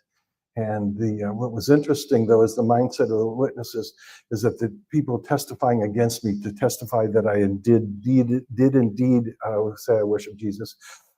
They came in and said, Jay said this, he showed from the scriptures. And then they asked the elders who were running the judicial committee, who were not even locals because they were sent by the governing body. They asked, well, isn't the Bible the final authority? And they said, well, yes, the Bible is the final authority. However, the governing body is the final authority on the Bible. And I'm going thinking, I think I'm glad I'm on the way out here. So I was found guilty. I appealed because I wanted to give him a chance. Funny fantasy I had about how this was going to work out. So I appealed, and the governing body came back and said, okay, we'll give you an appeal. And so I had another trial, but the trial went real fast and nothing new. They just said, Jay, you're a wicked man. We told you're a wicked man. You're out. So that was it, real short meeting until I was out, lost my family, lost everything. So briefly jumping to the much further into the future, I did come into mainstream Christianity because I believed in the Bible and I wanted to find others, what's my tribe? Because I'm not finding it. So I did get involved with going to the Blue Mountain Christian Retreat. That was my tribe. That was real nice. Witnesses Now for Jesus. And in that process, did get involved. I did get baptized in the Southern Baptist Convention. Things moved along. I was invited to join the Evangelical Theological Society, which is the largest gathering of international scholars, Bible translators, and seminary professors, and I was associate member. So I've been in that for 30 years, just drawing from all this deep Bible, just Bible research, not philosophy. Well, they do have some philosophy every now and then, but they have mostly the translations, understanding of Hebrew and Greek, and other really solid facts rather than just interpretations, although they do debate interpretations. So that's been my source. And then I was asked to do a church plant. So I became a pastor of a evangelical, non-denominational evangelical church for about 8.5 years. And I just, a couple of years ago, retired as a pastor of an evangelical church in North Carolina. I wanted to get through that so people got an idea of, are you a believer? Do you believe in God? So now you understand where I'm coming from. And I still don't exactly fit in any particular church well, but if a church will allow me to believe and seek and reach conclusions and they're not going to kick me out, I'm okay with that. So that's where I am. But the church I had, where I was the teaching elder there for 8.5 years, that was a nice, sweet ride because I didn't ask for money, I wasn't paid, and I got to teach, and I got to do what I really thought the Bible meant. All right, so that's who I am. Okay, one of the things that got me out, because I was wrestling through all those officially 23 years in, wrestling with, is this all the truth? No, there's some things that aren't true, and I knew that. But the question is, where will you go? Because I've been knocking on doors for 23 years, and I'm looking for a tribe. I'm looking for a place that I fit. And I didn't fit with mainstream Christianity because I was definitely a non-Trinitarian. I was refuting the Trinity. I was debating pastors. I was debating PhD folks in mainstream Christianity, and they never even made a dent in the debate. I'm thinking, okay, where is the truth? And that's what kept me in. It wasn't that I thought I was in the truth. It was because I couldn't find a tribe to be a part of. So I'm looking, okay, what do I do? And that's what kept me in. And then, of course, I went with what I believed. And it got me into trouble with the Watchtower several times. And finally, the end, I said, I'm not going to compromise on what I see in the scripture. And if believing the truth gets me kicked out of an organization, sayonara, goodbye. And I was not traumatized, I'll be honest, because, I was traumatized. I was sweating a lot. I was crying a lot, but I was getting over it. I was traumatized, not because I was out, but because I didn't know where to go. That's where the trauma came from. I lost my family, but I dealt with that. And I told the story the other day. I went to my daughter. who was about 15, 16. And I said, if the Watchtower was wrong, would you want to know? And she goes, no, Dad, I wouldn't want to know. I said, okay. And I could emotionally deal with it. So walked ahead and walk away from that. But along that way, I was open to, had already doubts, and I was open to hearing more doubts about the Watchtower. I wasn't afraid of it, but I still had the question, where am I going to go? So I want to lead to the issue that got me, besides the theology issue about worshiping Jesus and Hebrews 1:6 and all that. There was something that hit me before. I came to the conclusion that you don't need to depend on lies to be the truth. You don't need to depend upon lies for it to be the truth. And then, got my notes. I got the Watchtower article. So I'm going to bring out some things. I hope this doesn't trigger anybody, but here's my reason for choosing what I did, the approach. An argument that challenges the Watchtower has got to be proved with their own literature. It can't be rumors, stories, anecdotes. This is not going to go. So it had to be, what do they say? And if an argument is going to be good and have an impact, and that's the title of this, is the biggest false teaching. So I'm going to cover the biggies, the real biggies. It has to be something that really shakes you. And some things might shake you about, they do some really cruel things, they allow some really cruel things. Yeah, that's a biggie too. But it has to be a doctrine that just blows it away. So I was reading 1990, and this article, this Watchtower is the March 15th, 1990. So if you're keeping, I remember it was a picture of supposedly a dead Jesus being let down. March 15th, 1990. And I knew the history of the Watchtower at this time. And the title of this is The Faithful Slave and Its Governing Body. So it's about the organization. And here is something they say in this article. So study article. And the question on paragraph 15 is, what did Christ expect of his collective house manager? What indicates that Christ expected the slave class to be doing this before? It's in italics. Before he arrived to inspect his household. This is where they messed up. It's a work of man. So they talked about these points, these marks of the true religion had to be true before the date that they're picked, which is the 1918. So here's a middle in the paragraph 14. It says, Christ had entrusted talents to individuals, to each one according to his own ability. Hence, Jesus expected proportionate results. Applicable, here is the rule, da-da-da. Okay. Then moving on to, that was a paragraph, end of paragraph 14. Then in paragraph 15, it asked the question, that was the question asked in paragraph 15. What would happen before? Then paragraph 15 reads, I'm now moving from 14 to 15. The title is Slave and Its Governing Body as the Time of the End draws near. Jesus expected anointed Christians collectively to be acting as a faithful steward, giving his body of attendants their measure of food supplies at the proper time. Christ said, happy is the slave if his master, on arriving, finds him doing so. And they put that in italics.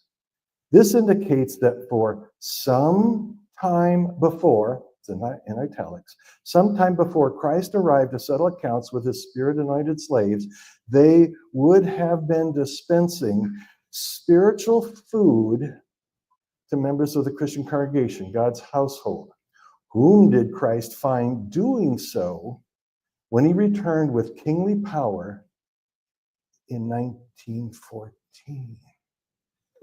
So one of the things that they've stuck their foot in is that they had to be doing this before 1914. Did you catch that? And this is in the article on the organization. It says, he returned with kingly power in 1914 and proceeded to inspect the house of God in 1918. And there's the date, key date. Jesus is inspecting them to see if they are the faithful slave. Okay. Paragraph 16. As the long period of Jesus waiting at Jehovah's right hand drew to a close, gradually became apparent who was giving spiritual food supplies to the Christ domestics, even in the time prior to 1914. Do you think it was Christendom's churches? Certainly not, for they were deeply involved in politics. They'd been willing tools of colonial expansion and tried to outdo blah, blah, blah, blah, blah, blah. Okay, and let's see, encouraging nationalism. Oh, this soon brought heavy blood guilt upon them. That is, when they gave their active support to political governments involved in the First World War. I don't know if that jumps out to you. I'm going to read that again. This soon brought heavy blood guilt upon them. That is, when they gave their active support to political governments involved in the First World War. Okay, you got that. Did anything jump? How many here know who the Standfasters were? Okay, but at that time I knew who the Standfasters were. Who were the Standfasters? These are the ones that wouldn't buy war bonds. They're J-dubs who would not buy war bonds. And because the organization was promoting war bonds, because headquarters was promoting war bonds in the Watchtower magazine in 1917 and 1918, they walked away. And the society condemned them for leaving over. Can you believe it? They're leaving over not buying war bonds. So the Watchtower was encouraging the Bethel staff to buy war bonds. At the time that Jesus was doing what? Inspecting them to see if they were supporting war. And they admit they failed. Okay. So I knew the history at that time. So when I read that, this is the study Watchtower. Verse 17. Shame on me. I meant paragraph 17. Why did Christ reject some anointed Christians, as with what consequence for them? But it had nothing to do because of buying war bonds. It was something else. And I'm going, wait a minute. According to this article, Jesus found them guilty and rejected them. And that was this Watchtower that I go, I'm done. That's 1990. I'm done. And yeah, within a year, I was disfellowship. So this is, why would depending on a lie prove that they're the truth? Now, if you're wondering if that's legitimate, I have another one where they admit this. This is the 83. No, that's a different one. Okay, no, I want this one. This is 1984, right? 1984 Watchtower. This is written as told by Carl Klein. Who's Carl Klein? Governing body. Okay. In his article, he says this. Okay, this is when he comes clean, but you can see he kind of plays word games. This is Watchtower, October 1st, 1984, page 22 at the top, written by who? Carl Klein, governing body, and he refers back to that event with the Standfasters. And this is what he says. Shortly after my baptism in 1918, my loyalty to fellow Bible students was put to the test. World War I was raging, and even though the most prominent brothers had been unjustly imprisoned, he's talking about Rutherford, that's the most prominent. But the other leaders, we'll see what he says. Over the war issue, the need for Christian neutrality was not fully appreciated. meaning they were buying war bonds. So that's what he says. When he says not fully appreciated, what he means they were buying war bonds.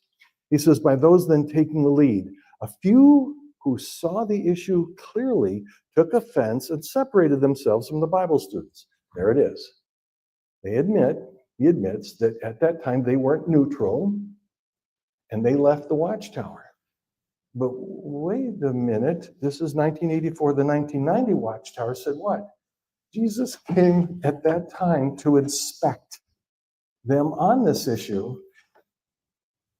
And what?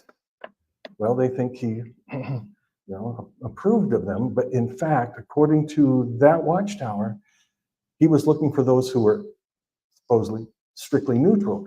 And according to Carl Klein, they left the Watchtower at the time of the war going on, 1918, 1919. And that's, okay, he fudges the truth there, but then their 1990 Watchtower lies because it says, well, they were found faithful. No, they weren't. Carl Klein tells us otherwise. So, the 1990 Watchtower was March 15th, 1990, page 13. Carl Klein is, he is the 1984 Watchtower, 6 years before, October 1st, page 22. And at that time,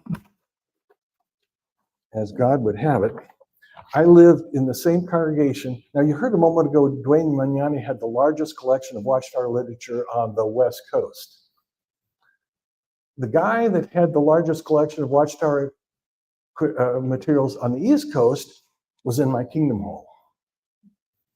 And he had a room of everything, just like Dwayne had. And I held in my hand this 1919 Watchtower. And it's addressed about the stand fasteners. I'm not going to read the whole thing in view of time. I'm doing good. But the 1919, March 1st, 1919 Watchtower, which I held in my hand when I photocopied this, mentions an earlier Watchtower from 1918. And you go back to there, that's the June 1st, 1918. It's actually the May 15th, 1918. And then there was a June 1st, 1918, and they both mentioned buy war bonds if you can afford it. We want to help out the U.S. They're having a tough time in the war. So, if you can't, you're not going to participate in war because J-dubs are pacifists at the time. But, if you could just buy war bonds, and that would help them out. So this is the Watchtowers that talk about that they did publish that you should, if you can, buy war bonds. And some witnesses took exception and left because their conscience says its truth is more important and their ethics is more important, and they walked out. But the Watchtower says that they weren't loyal. If you're in a religion and, okay, they're doing things like buying war bonds, be loyal to the church rather than your ethics. Oh, really? And that's the moment when they say Jesus came to inspect them, according to the 1990 Watchtower. And then, of course, Carl Klein says, well, they didn't fully appreciate the issue of neutrality. Okay. Now, you see why this is useful. I can show it from their literature, not the newspaper or not anecdotes. And it's about a major topic. If it was about how tall is Goliath, I don't really care. But this is about why, because this was answering the question, why does they claim that Jesus selected the Watchtower and no other organization? Because, and that list is so short, the only thing they could really think of is because they were strictly neutral in 1918, and when they had to do it before Jesus selected them in 1919. And guess what? If you look at the Watchtowers from that time, they weren't neutral. So in order to believe that they're the truth, you have to trust and depend on a lie. And that's the thinking that said, I'm done. Because if this is the truth, now if they said, well, we're a bad religion, but you can deal with it. They don't say that. If they said that, okay, we could deal with it. But they said, we're the truth, And as proof, well, here's this lie. And if you believe that lie, then you'll know that you're in the truth. And something about that said, no, this is not going to work for me.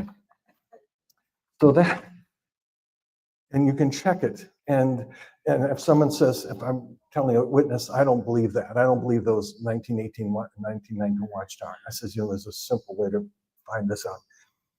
Just write the society. Just write them, mentioning those articles, page number, and see what happens. That will prove it, because I've done that. I wrote to the Watchtower, and a little bit later, got a knock, and the elders want to meet with me. Why are you asking these questions? You know what I said? Because I don't know the answer. And they said, well, the society they didn't contact me, the society contacted the local elders, said, go visit this guy. And they didn't have the answers either. I said, well, I'm dying to know, what is the answer? And they said, well, maybe, well, the society they may get in touch with you. I said, really? They sent you, but you don't have the answer either. Well, they just wanted to know. I said, well, does that mean I'm going to get an answer? Well, we can't promise that. Okay, I see how this works. And you will find out that if you write the society that question about what I just said, the standfasters, just simply remember the word standfasters. Tell me what the standfasters and what was their problem. And according to Carl Klein, it's because they weren't loyal, okay, and they left. You will find out that you can't even ask questions about why they think they are the faithful slave. Because the reason from the 1990 Watchtower is because they were neutral, strictly neutral, but they weren't. So they're depending upon a lie to support the truth. That's one of them. I have another one here. So I consider the major, the biggie is, are they the faithful slave? Because if you convince a witness that they're not the faithful slave, what's left?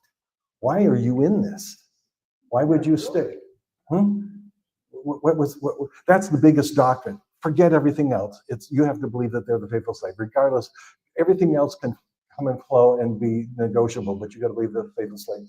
So you knock that out, and that they depend upon a lie in order to prove they're the truth. This other one has to do with this book, Harp of God. This is the 1928 issue. Chapter, whatever, I don't think they numbered the chapters, Our Lord's Return. Now, if you've read this, and you have this in your mind, and you read the chapter on the Lord's Return, it's a pretty long chapter. It says this on page 216. For this chapter, Our Lord's Return. Page 216 at the top, it says, in this chapter, we hope to prove the fact of the Lord's return, how he would return, when, and for what purpose, and that he has already come. Got that? And they repeat that throughout this chapter. Has he come? He's already come. Is it a way off? No, he's already come. Now, got that? This is the 1993 Watchtower. August 1st, 1993 Watchtower, page 21. This guy claims something from the Harp of God. Okay, this was written in Watchtower. He says, one day when I was about 12, my father received a book from his brother who lived in the United States. It was entitled The Harp of God, published by the Watchtower Bible and Tract Society. I looked down the table of contents and my eyes lit up when I saw the chapter, Our Lord's Return. I read it with great interest, but I was disappointed that no year was given for the return. The book, however, indicated that it was not far off. That's a lie. And the Watchtower prints this in the 1993 Watchtower. So those writers who did this know this is a lie. So they're depending on this lie to say what? Well, their belief about they had the date wrong. So in order to believe the truth, you have to first depend upon this lie. Now, I'd say to someone, if you don't believe that, simply write the Watchtower and ask them about the Lord's return and if this is a true statement. You will get a knock on the door. Okay? So you see the point here. Is this a major doctrine? Let's see, is their date setting a major issue with the Watchtower, that the date is future? Big time. Now you take that away, that they're not the faithful slave, and they've been lying about their history, about the importance of that book, Harp of God. What have you got? What reason do you have to stay with the group? Okay. Another issue. All right, let's see here. It's right here. Is that I like to bring up again. If I'm dealing with a Jehovah's Witness, I don't want to get into a debate on an interpretation of Scripture. I really don't. Let's see if this will come up. Yeah. Trying to get the exact dates here. All right. There we go.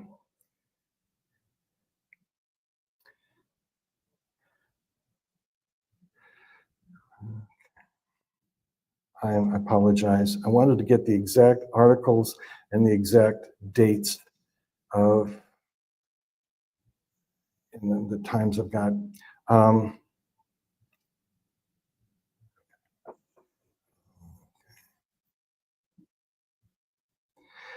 going to mention two.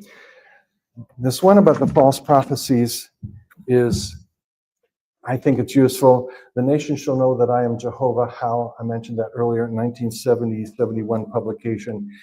In there, in chapter 4, that you think they learn, but the chapter 4 is entitled this: Commissioned to Speak in the Divine Name.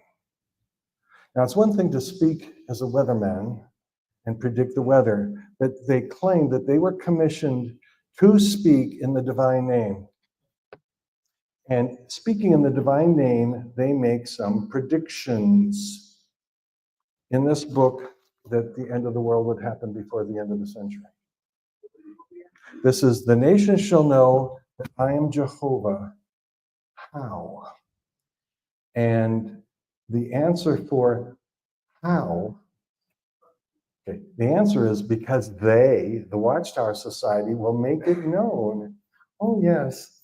So they're picking out themselves as being, oh, we're being used by God for all these amazing things. So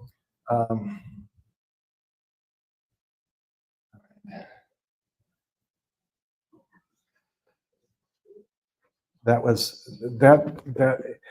See, before this, before I understood that, silly me, I was doing privately publishing, and I published this little booklet called Jehovah's Witnesses Are Not False Prophets. But then I correlated with this. They did say that they said it as a prophet in God's name, because you do the Deuteronomy 18. They said, well, we did never claim to be prophets. Oh, yes, you did. There's a whole chapter on it. Well, we never said we said it in God's name. Oh, yeah, you did, in chapter 4 in this book. So the Deuteronomy 18, verses 20 and 21, does apply. Because you claim to be a prophet commissioned by God to speak in his name. There's it. You spoke in God's name and you predicted the end. It didn't happen. So what does Deuteronomy 18 say? Do not listen to this prophet. He should die. Is that a big issue? Yeah. And is it false? Yes. Okay, I got the other reference here. Sorry for the delay. When Watchtower, I was always thought it was funny. they say the light gets brighter and brighter, and that's funny enough. But the flip-flop, the strobe light, those are really disturbing. But they say, well, these are just theology. No one gets hurt by it. There's no big deal. So yeah, when I brought up the false prophecy thing to a friend of mine who was a circuit overseer, because I was in the research department, he was a circuit overseer, so we talked. And he says, so many of the friends, that's what he called Jehovah's Witnesses, the friends are disturbed by these predictions that failed. But he says, the way to think of it, Jay, is these were premature expectations. So don't think of them as false prophecies. They were premature expectations. And then you can excuse that. Except that according to this book, chapter 4, these were not premature expectations. They were speaking, commissioned by God to speak in his name, something that doesn't happen. So this is another biggie. The last one is, what if this strobe light that goes on and off hurts people?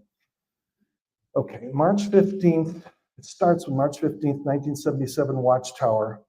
I don't have the page number here, but the Watchtower, I think it was a question for meters. It was wanting folks in Africa where people didn't want to get a divorce and then remarry. And the society said, okay, we're going to make a policy that's worldwide, especially for Africa.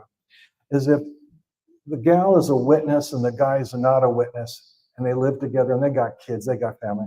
All they got to do is sign a form at the Kingdom Hall that says they consider themselves married. They don't have to go to the trouble of getting a divorce. They don't have to get the trouble of getting a license. We'll accept it.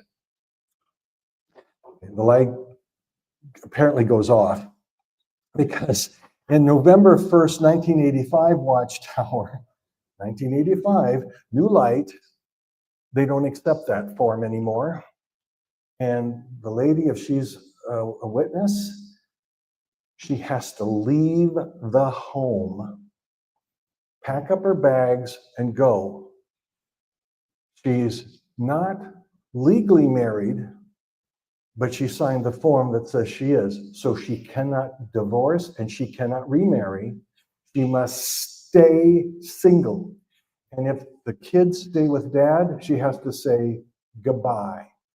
Now, if you're saying I'm making that up, they actually reported this in a Watchtower, May 1st, 1986 Watchtower, of a gal who had to leave because the society had this new light that the form wasn't enough. Yes, they were married, had kids, but she had to leave. So she'd leave, live someplace else without financial support, while the husband, he says, really? The form was good, now it's not, and I have to come up with all this extra money to get a divorce? And she goes, he says, I ain't doing this. So she has to leave. Imagine this, she's left, no husband, no support, no money, and she goes out and she gets her February 15th, 1987 Watchtower, just a few months later. She pulls the Watchtower out of her mailbox. And the Watchtower says, oops. Not exactly, that's a paraphrase. We are going to do the form, and if your husband was a non-believer, you didn't have to leave after all. Of course, in the meantime, he may have remarried or whatever, And had she stayed in the home, they said it was required that she be disfellowshipped, so she could be in the home. If she had stayed, she would have been disfellowshipped in the home, and if her kids were witnesses, they wouldn't be able to talk to her. Now, so instead of that, she leaves the home, at least she can talk to her kids, and then she gets the Watchtower a little bit later, February 15th, 1987. Oops, you didn't have to leave the home. All that damage for what? And I want to ask, the Watchtower has said that your life depends upon identifying the organization that is the faithful slave. Okay, what it was about all this that was faithful and wise or discreet? Did you see anything faithful and discreet about this?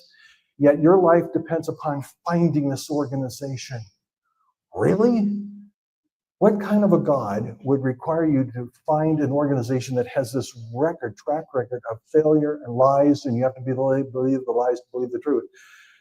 How is that God going to require that we have to find that organization? Does that even make sense? I'd say to someone that's a witness, can you see, is this an easy search after all this? They say, oh, it's obviously God's true organization.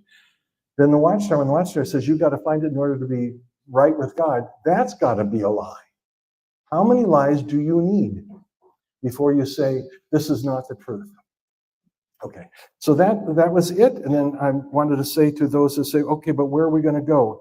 And you know the answer. When Jesus, at the end of the book of John, Peter was wondering, what's going to happen to my fellow apostle John? And what did Jesus say to Peter? Don't worry about John. You follow me. Don't worry about these other things. You follow me. You may be persecuted. You may have nobody around you, but you follow me. So who do we go to? We're going to go find Jesus. Not to be preaching, but I'm a retired preacher, so this happens to me from time to time. All right, thank you very much. And on Sundays, Rick has me doing the call-in show from 5 until 7 p.m. where I answer Bible questions, any and all Bible questions on answering. The program is called Answering Your Bible Questions. All right, so that's every other Sunday on the Six Screens Network. Thank you very much, Rick, wherever you are. All right. And I'm packed up and I'm ready to go.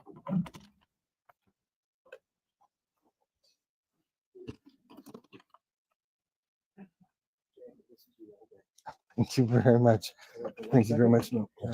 Right. Okay. Thank you so much. Should I keep it? Okay.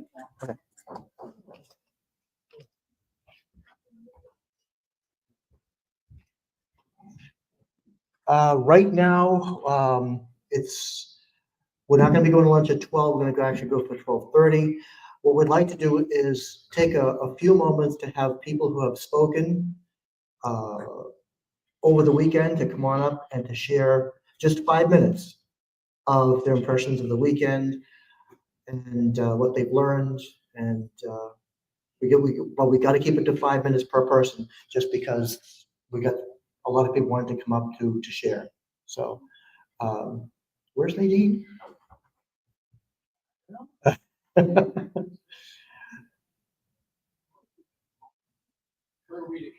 Oh, first you can be first. Yeah, I'm not afraid to speak, so I might as well get the ball rolling. Fritz, do you want to have a sit down and bring the microphone to you?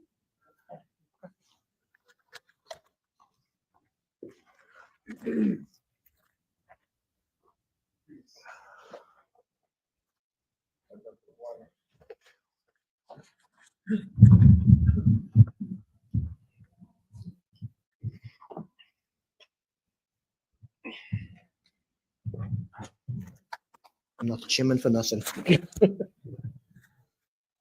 So, impressions off the top of my head.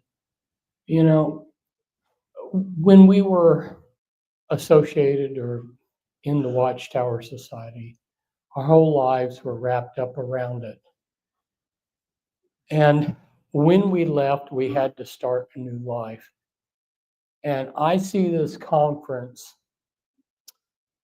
as showing that a lot of people, I mean, the people here, I don't know, I'm not speaking about people out that didn't come, but the people that have come here are showing that they are moving on and they are making a new life.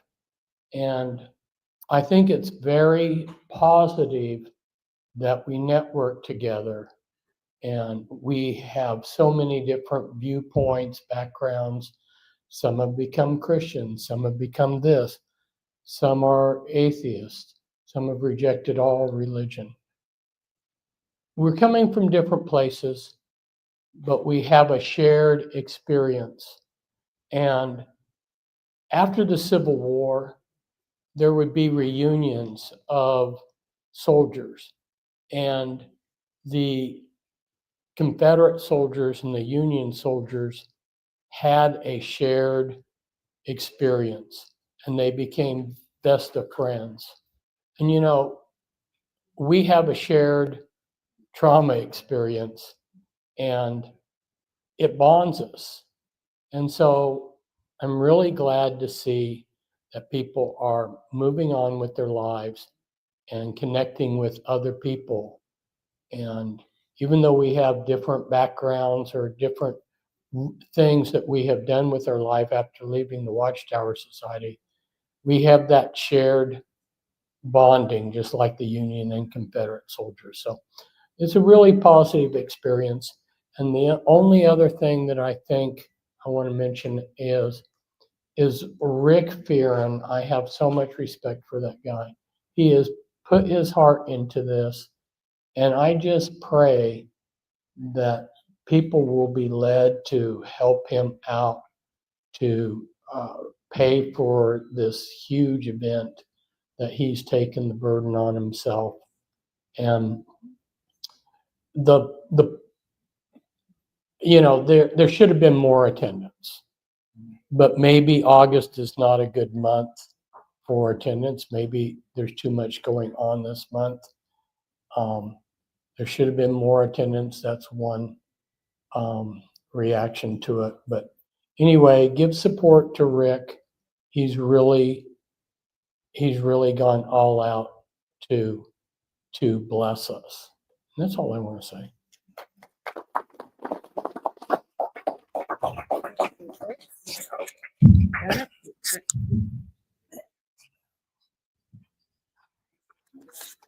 Al. You get, I get the mic? you get this one, and you get, this. We're gonna hold and. It's up to you. There are two different, just hold it. Okay. You want the platform? You hand that to me, please. Do you have to refocus the camera and all that good stuff? He's taking care of that. Okay.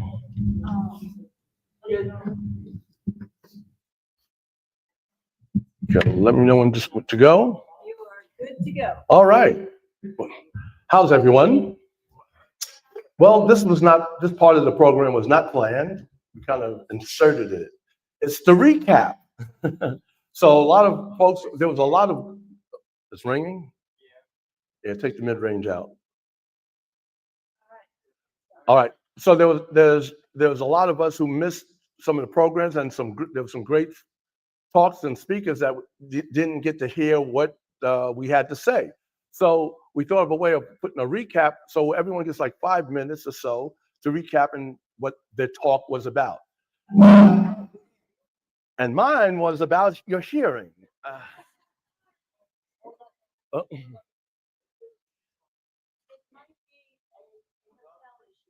Oh, really? Okay, all right. So let's keeps everybody on their toes, right? You got the ringing again. Put the volume down and kill some in the mid-range. That'll end that, okay? So, all right. So what we decided to do is have, like I said, everyone give a recap, right?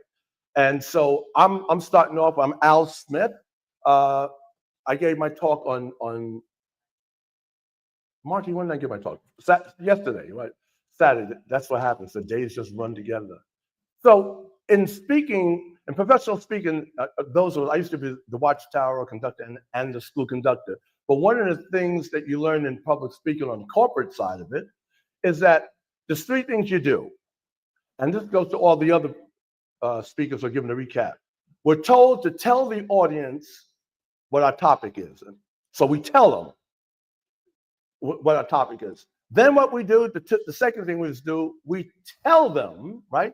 It's delivering. And the third thing is what? That a girl. We tell them what we told them. And that's what we're doing here. Okay?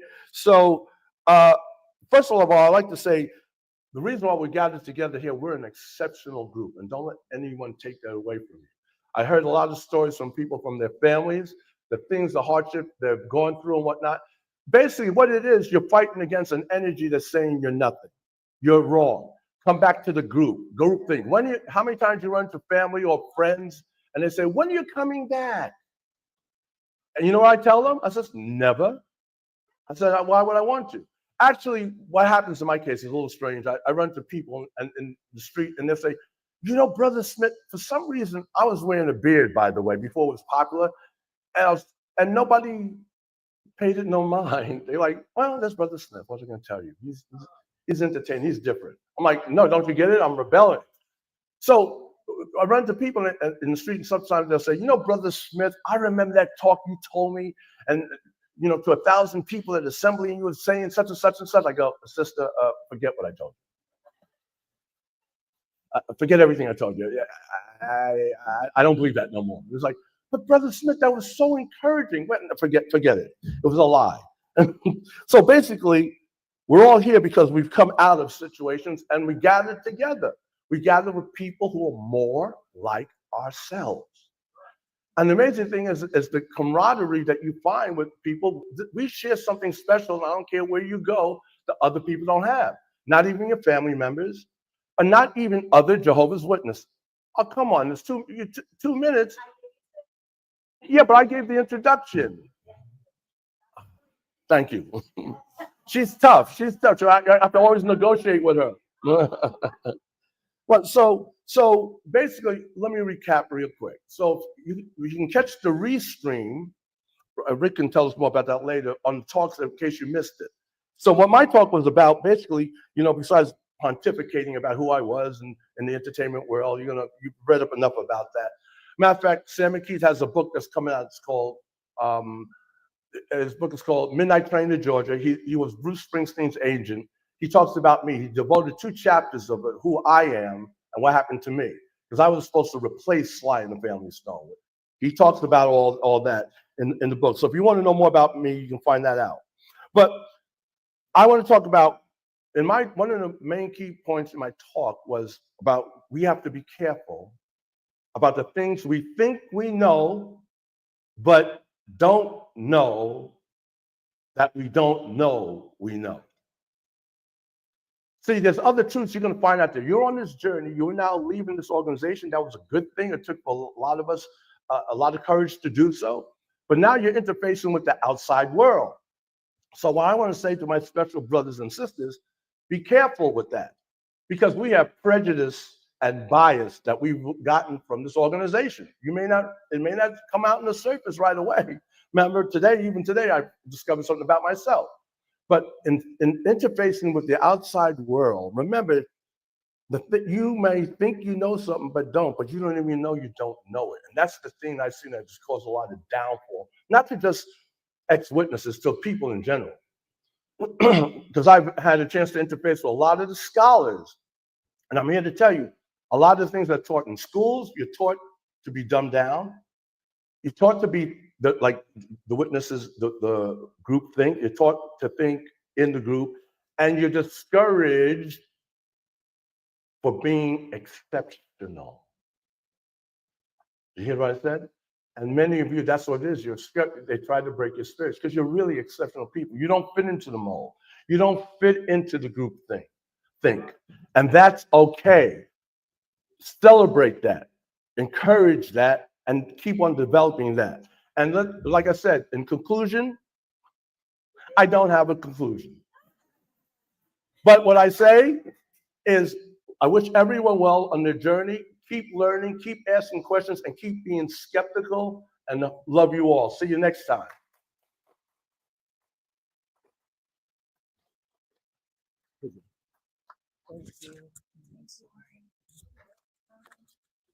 I want to thank Rick again for the opportunity to get up here and speak to the broke children again.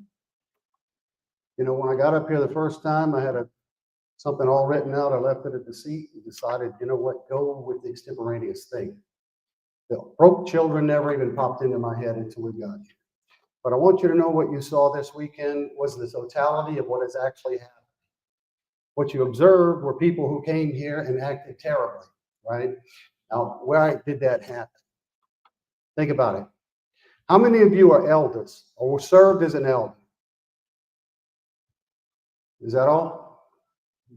What you witnessed was the worst of it all, because what this child is a woman who is trapped in her own misery at the hands of what happened to her, for the very things that we stand up here and talk about.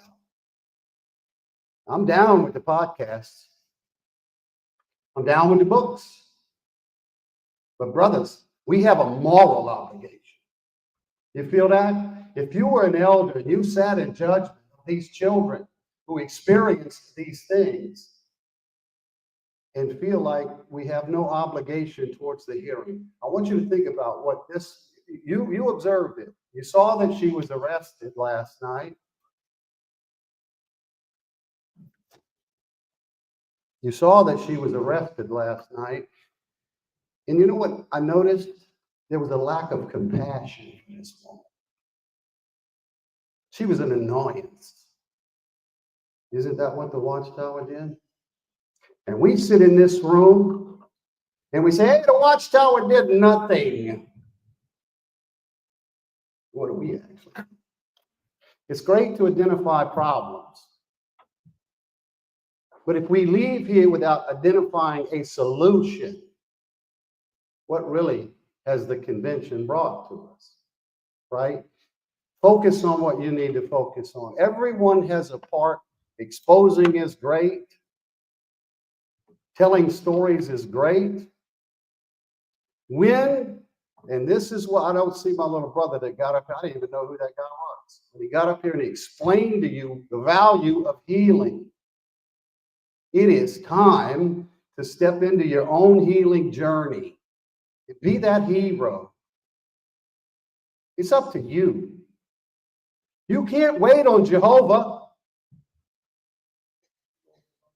You can't.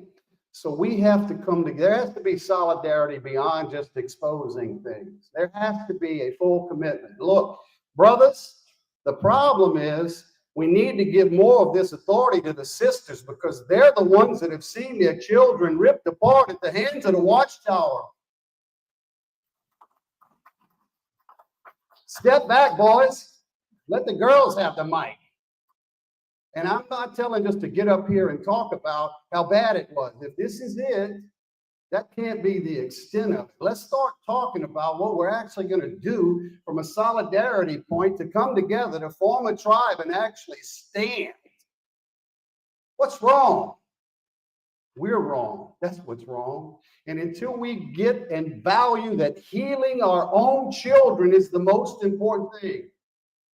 Some of you are atheists, some of you are agnostics, some of you have adopted modern Christianity. I don't care if you're talking to Buddha. We got to step into the healing, and we need to do it now. We should have done it 5 years ago. I'm sorry I showed up this late to say this to you. Right? You have an obligation. Your brothers that are elders, there's a stain on you that will never. You know what this woman told me?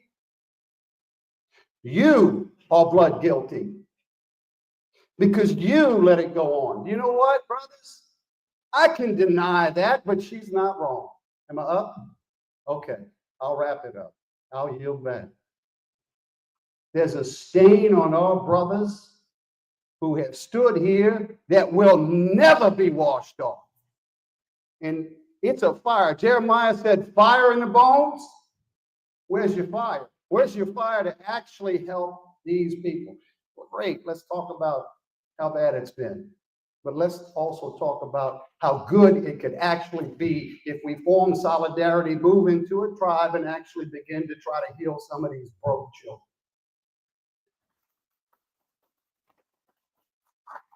You weren't pointing at me, were you? You weren't pointing at me, were you, when you said this woman? Were you pointing at me? I don't remember saying this woman, so it wasn't directly directed at you, but if you think the shoe fits, then you can. Thank you. Yeah, let me clip you. Okay. Oh, okay. There we go. Okay. All right.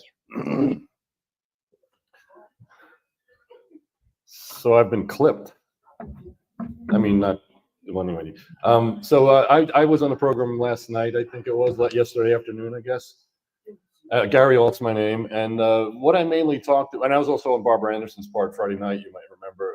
But what I mainly talked about was how elder bodies really function, the reality of it. the fact that they're really not accountable in a true sense. So an individual elder will probably never actually be disciplined or removed unless it's unanimous among the whole body plus the circuit overseer, and then recommended to the service department. And they're the ones that actually do the deletion. Or if he's in front of a judicial committee, but that would have to involve serious behavior. And by the way, sometimes the service department can unilaterally remove an elder if they see fit. So we talked about that, and we talked about the white smoke factor. You know, the Catholic Church uses the white smoke when a pope is appointed, but it doesn't mean that God selected him. Nobody says that. The Watchtower says that the Catholic Church makes that claim. Their version of the white smoke is the Holy Spirit does all this stuff. So it's even more mysterious, you know. And so that, but it's imperative that they maintain that illusion, because that's how they get people to absolutely obey the elder body. We know they're all imperfect as individuals, but as a body, they have a direct line to God, and you know. But why did I go through all that? I kind of missed the main point because of the timing and such, and I got a little bit frazzled, and so it's my fault. But the main point I wanted to get across is not to go back in our minds to what it was like when we were in the congregation, and oh, now I understand it better. Thank you, brother Walt. See, I don't like to use those brother and sisters. That's one of the things I want to talk about in a minute. You know, so now we know better, and now we start to think, oh yeah, that's why the circuit or the presiding overseer said this and that. That's not the point. The point was just to educate ourselves a little bit on why there are such great differences between me and this other person over here who has no idea what I'm talking about when I say we were not allowed to go to college and things like that. Because if we have a better idea of that, it's easier to throw it in the garbage. You know, you take a piece of paper and you look at it and you say, do I need this? Yeah, let me put this in the file. Do I need this? No, throw it in the garbage. You have to understand what it is before you throw it in the garbage. My biggest recommendation is to throw all of that JW Watchtower crap where it belongs, in the garbage. What did he say? Step into healing, what my friend Tom said. The thing is that's a great point, but I can't tell you in 5 minutes how to do that. Nobody can. You know, I mean, Gary Cox did a great job yesterday, but he took an hour, and it's really only scratching the surface. But if I had to say one key thing that is going to make us heal, is that as long as we are dwelling on the Watchtower and considering ourselves, looking at ourselves as victims of the Watchtower, as cripples because of the Watchtower, we are under control of the Watchtower, of the JWs.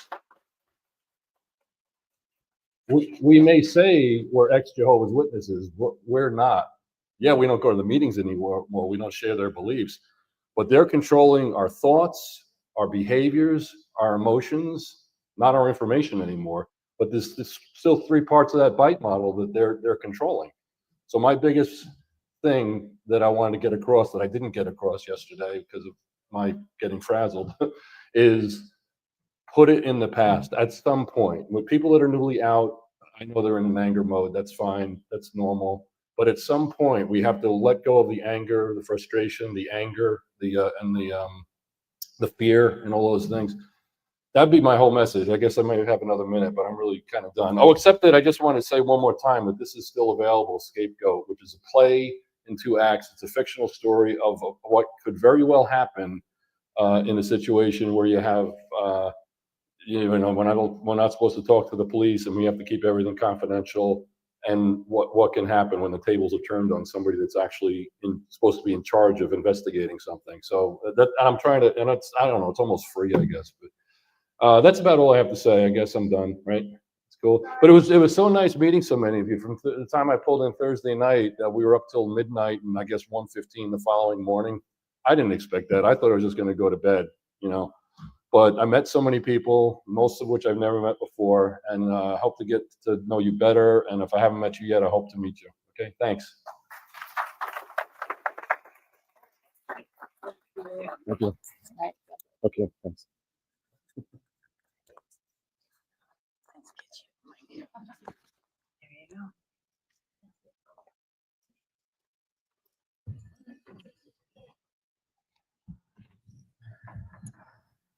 I don't remember much of my childhood. maybe there isn't much worth remembering. I was taught hatred and told it was love. My father remained loyal to Jehovah and died on May 18th, 1996. I was 13. I wasted time praying while my father wasted. Less than 4 months after his martyrdom, I was baptized. Lying, capricious charlatans who convince people to martyr themselves deserve biblical retribution, eye for eye and tooth for tooth. But an eye for an eye leaves the whole world blind. I wrote my first poems about him. His name was Rex Allen Lodge. For 24 years, I was depressed. By 18, I weighed 300 pounds. I had been privately reproved, publicly reproved, the subject of a local needs talk, and disfellowshipped and reinstated twice. My mother shuns me. I am unaware if I have been disfellowshipped in absentia a third time. How do you grieve in an environment that expects you to be a walking, talking advertisement, instructs you to be quick to put away anger, and to be happy because you serve the happy God? I was disenfranchised from my anger, which kept me languishing in grief. I tried to kill myself repeatedly. The only person who was good to me was a girl on the internet, on the other side of the world. She complimented my writing. I called her my muse, and I wrote her emo love poems. She was a day ahead of me on the other side of the world, so I called her the girl from the future. My mother convinced me to cut her off. A few weeks later, when I was 21, I overdosed, died, and was in a coma. The night my son was born, he was flown to a children's hospital. My mother told me to deny him blood. I stayed in a loveless marriage for years. During COVID, I became homeless and was left to die in the streets. I lost everything except my clothes, my laptop, and shared custody of my son. As I reread the things I'd written, I remembered who I had been, who I had repressed. I was circumscribed and contrived by Jehovah's Witnesses. I was conditioned to accept abuse, mistreatment is comfortable. I was diagnosed with chronic PTSD and told I had religious trauma. I realized I must embrace discomfort. I am an introvert and I hate public speaking. I decided I would publish a book. I didn't know how it would happen, only that it would. I knew it would change me, I just didn't know how. I could kill myself anytime. This was a rare opportunity. I hired an ex-JW to paint the cover of my memoir. I interviewed lawyers and editors before hiring people to collaborate with. I titled my memoir A Jehovah's Witness Shaming Term and published Mentally Diseased on my 40th birthday. It felt like I grabbed reality and bent it to my will. I had written a book so I could die, but I began feeling more alive than I ever had been. Someone told me my story convinced them to stop drinking. Another person said it was like I had written down the words that were in their head. I've had great conversations with amazing people from all over the world. Someone sent me a picture of mentally diseased behind a Kingdom Hall sign. 6 months later, I used my remaining poetry to publish Gangrenous Speeches. 6 months after that, I repurposed my trauma, embraced my love for the macabre, and published my first work of fiction. Despicable is an violent allegory for challenging a high control group. I built a website. I was part of the Witness Underground crowdfund. I published Zizu Desolation Before Motivation on the anniversary of my father's death, a 19-page ebook about my deconstruction and creative process. I've reconnected with the girl from the future. We video chat, message, talk on the phone, and plan to meet. I'm writing her an ode about twin flames, a horror romance called 1111. I'm writing my son a book about critical thought and skepticism called The Boy Who Loved a Monster. I'm also writing a horror story about credulity warping satire into a holy text called the Book of Micah. I'm speaking here. I'm excited to announce my trilogy is now available as a single book, The Apostasy Trilogy, Sedition Against Jehovah's Witnesses, available on micahallenosh.com. I used to wonder if I existed in the feebly firing synapses of my comatose mind. It can't have been any other way. I'm an author, the thing I wanted to be most. My son isn't being raised religious, and I'm free to love him for whoever he becomes. All of that hell was worth it. Mentally diseased is my origin story. Art is immortality. I am more alive than I have ever been. I wrote this today. I realized it wasn't the truth. An oversimplification redundant with truth. Certainly, this is the fulcrum of salvation. We are not a wretched brethren, no coven meant to covet sins, brothers and sisters, alleged equality, sisters and brothers, elevated laity. Huddle and circle as they circle the wagons, the prize of perfection flaking away in deafening whispers pass through clenched teeth. I am a vessel, too stained to be vestal, no matter the path, it's banked by a devil, double back from an acrimonious path, bleached with contrition. Forget the past. Obedience is obsequious, mistaken masochism. Know the horsemen are closing in. Witch hunts tarnish those judging sin. Evil is abstract, and long-term victimization can lead to defending the wicked. These things are sick. I am sickened. I am awake. My name is Mike Allen Lodge. I'm so grateful to be here and to have met so many wonderful people. Thank you, Rick. Thank you.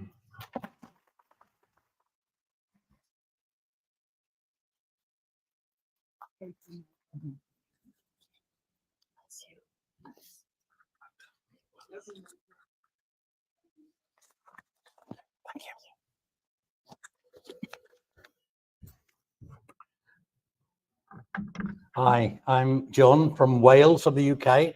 I spoke very briefly about my daughter's abuse by an elder in Jehovah's Witnesses and my attempts to go to a convention and talk to people because the Watchtower said that only professed Jehovah's Witnesses were abusing and not real ones. That's what my talk was about. What I actually forgot to tell you, and I did forget, I think, was that I too was abused as a Jehovah's Witness, by a Jehovah's Witness when I was a boy. I forgot that. From about the age of 9 to 14. So in actual fact, we're a two-generation Jehovah's Witness abused family, father and daughter. Do they have a problem? Yes, they do. One other thing I just wanted to tell you, which I forgot, when my daughter took the Watchtower organization to court, which she did, they settled on the steps of the court. I don't know how much she got, but you know that they told us not to use higher education, not to go to college, not to go to university. Well, the Watchtower lawyer told my daughter's lawyer, we're not going to give her much because she wouldn't have got a very good job, would she? Because she didn't have a very good education. So Watchtower lawyers were using the fact that she didn't go to college as a reason why they wouldn't settle for very much because she wouldn't have got a very good career. Is that hypocritical or not? Finally, I wanted to just mention the Eagles song, Hotel California. I'm not going to sing it. You can check out any time, but you can never leave. So often I've thought about that. Well, we did leave. We may have residue, but we've left. And finally, my absolute thanks to Rick and his team, but particularly these three people here who get here early in the morning. Speakers just go like this, put that on, and it appears. So Nadine, Scott, and Doug, you have worked tirelessly. And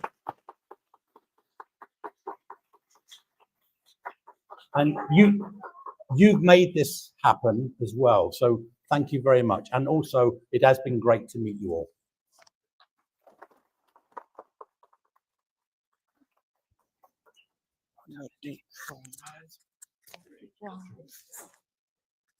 You're up.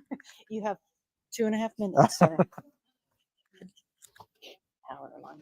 Thank you. And now the timer is being timed. Thank you. My name is Norman, and I've never been a Jehovah's Witness, as you may have remembered from Friday, if you have one here on Friday. I'm also a professional photographer. And one thing that I do is I photograph a lot of dance schools. So I set up my background, I set up my lights, and the girls come out with their makeup and their hair and their outfits, and they pose, and I take the picture. And they go out, another girl comes in, She poses, I take a picture. You know, they're average everyday girls, and I've photographed these schools for years. I've watched them grow up. And one time I had the opportunity to go and see one of their performances. These girls were not the same girls that were standing in front of my camera. These girls were like professional.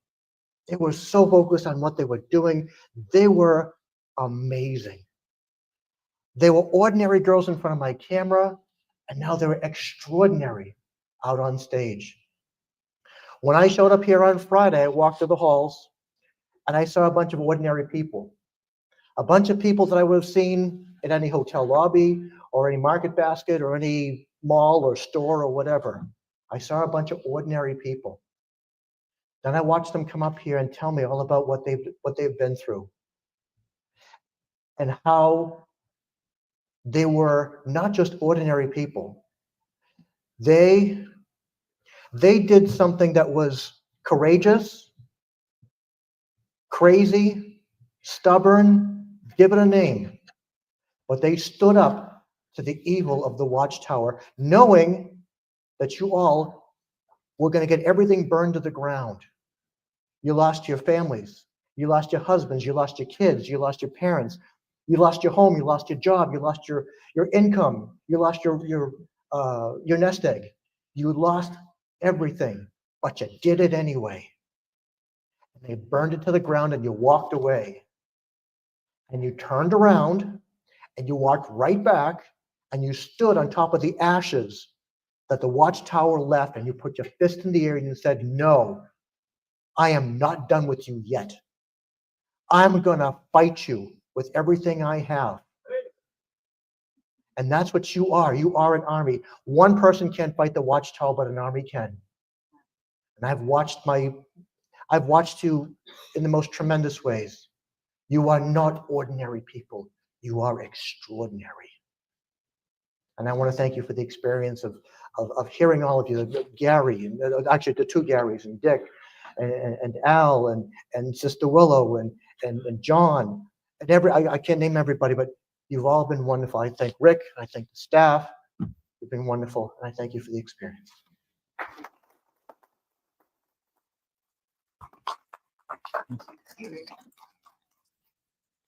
While we're getting ready for the next speaker, I just want to make a quick a mention of something that's going on in the chat. They're saying everyone who just spoke for their 5 minutes is a man. Where are the ladies? We want to hear the ladies' voices. They were suppressed in the Watchtower. So if you wouldn't mind addressing that, here comes Stephanie, the first of our ladies. We are not muzzling women here. Get this to do.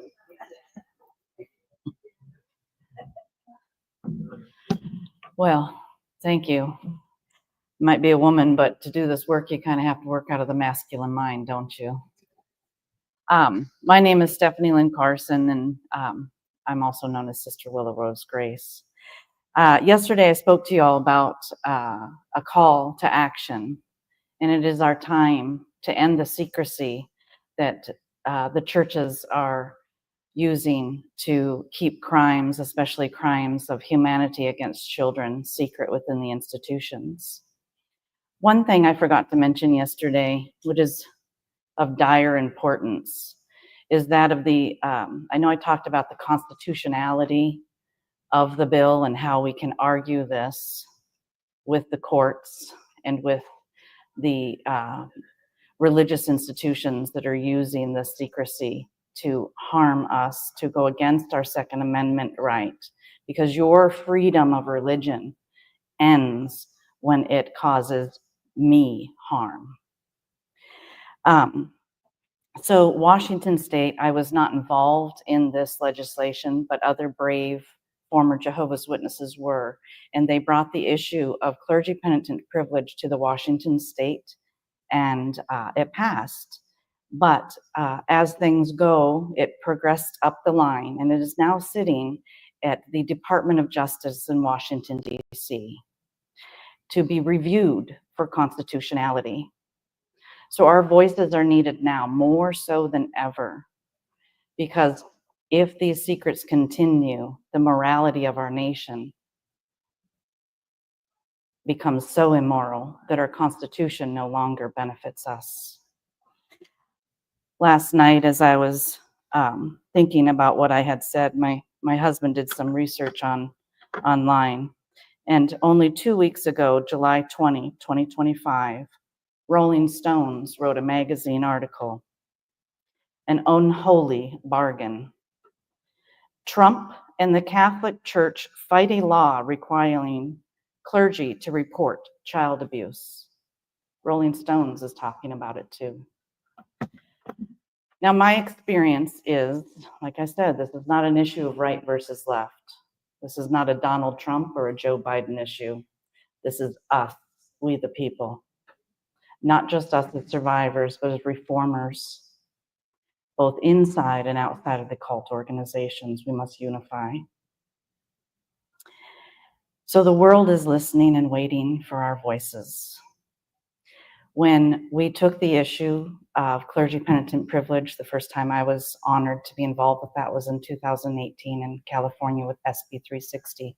I can verify what the Rolling Stones magazine is saying. Yes, the Catholic Church is opposed to this. We had passed that law in California, but the Pope himself said, "Oh no, you must allow us to keep harming your children." They made a website called Save the Seal of Confession. Save the Seal, and they inspired 130,000 of their congregants to write in opposing our bill. And so then it was squashed. Yes, the Catholic Church opposes this. Why? Because they love the indulgence tax, the one that allows them to rape and murder our children. It is up to us to end that. Now, the only hope we really have is currently with this administration. So we need to call upon our neighbors, those that go and vote, both right and left, and say this is not an issue of who Donald Trump is. This is an issue much larger than the position that he holds. This is a we the people, and there's one person sitting that has the power with the stroke of a pen to change and end this secrecy. So I beg you all to write to the Department of Justice, write to Donald Trump at his address at the White House, write to every person you can possibly think of as high up as you can go, and demand justice for our children. Thank you.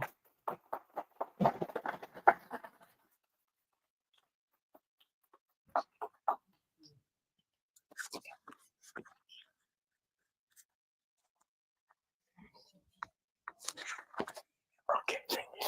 Okay. Good morning, everybody. Charles Riley. And I want to thank everyone and Rick and everyone for this wonderful convention. I think this is something that really gives us some more energy, revives that energy to expose the Watchtower for what it is. And I spoke yesterday as one of the elders in the congregation. I did my best to stand up for what was right, took it all the way to the governing body. They showed me and my family that they don't care about justice.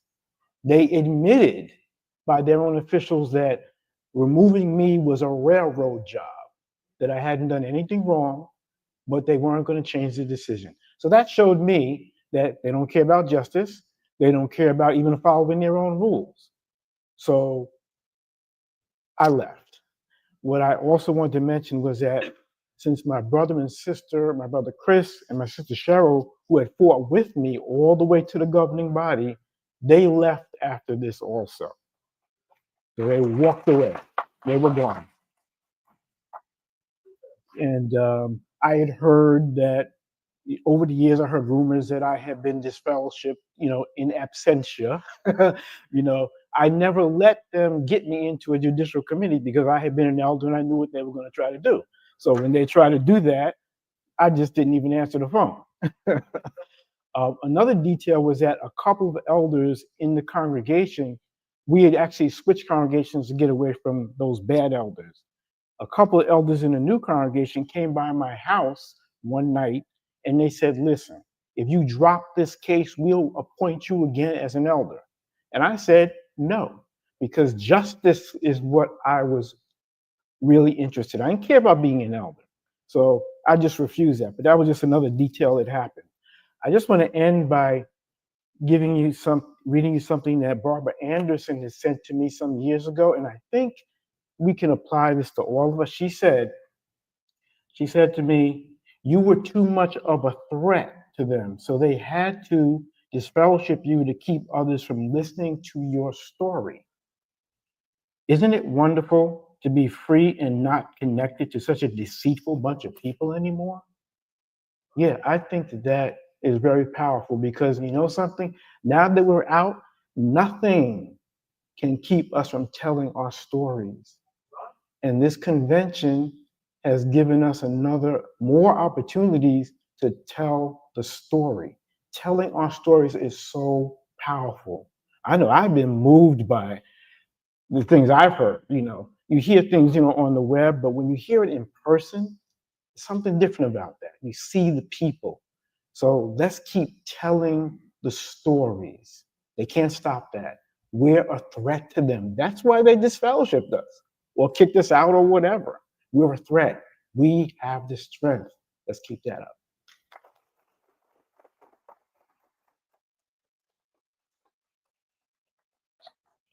Okay.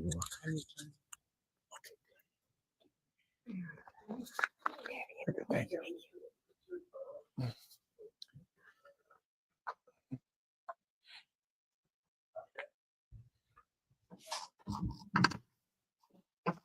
Our brother Al Smith said, when you get an audience, you got to tell them what you're going to talk about. So I'm going to do that. It's disfellowshipping. But before I get to that, one of the major sins, in my opinion, against the Watchtower is the blood doctrine. After that, there's another thing that really bothers me. It's called disfellowshipping. Little story to tell you, and I'll do it under 5 minutes. And I had a sister-in-law, beautiful girl. She's in her early 20s. She was a pioneer for a number of years. She got smart, left the Watchtower, and she made a very serious sin against the Watchtower. She wore a Santa Claus on her lapel, and she got disfellowship for that. This was in the mid-'80s. So I told my boys, who were babysitted by her many times when we were out, we can't have Auntie Mabel babysit you anymore. She's disfellowshipped. And they cry, oh, we love Aunt Mabel. She's so sweet, nice to us. And can't talk to her, can't have her over the house.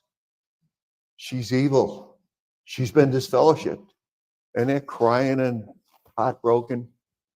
Then the Watchtower come out maybe 2 months after that with a Watchtower saying, show love to the erring ones.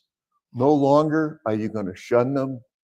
They can come to your house, give them a meal, treat them really, really nice, and show them love, and they'll come back to Jehovah that way.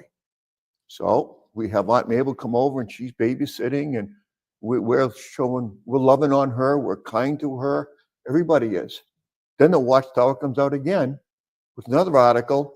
Well, we kind of had it wrong, but they don't say that. They blamed it on, the brother wrote a crisis of conscience, said, well, he wrote the article. Well, how did it get through Jehovah's Holy Spirit? Well, anyway, now she's disfellowshipped again, and now we can't talk to her. So there's a time when we can't talk to her, then we can talk to her, then we can't talk to her. And this is an organization you think is controlled by Jehovah's Holy Spirit? No way. No way is that. But I just think that needs to get out there, that this organization is completely inconsistent in so many things. I could name 100 things, but I've got 5 minutes.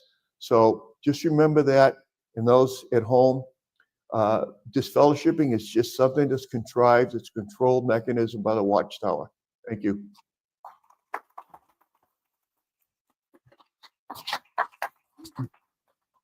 Yeah.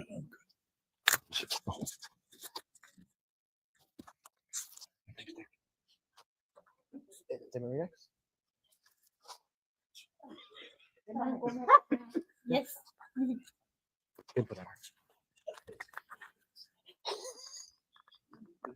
Like I can match this guy.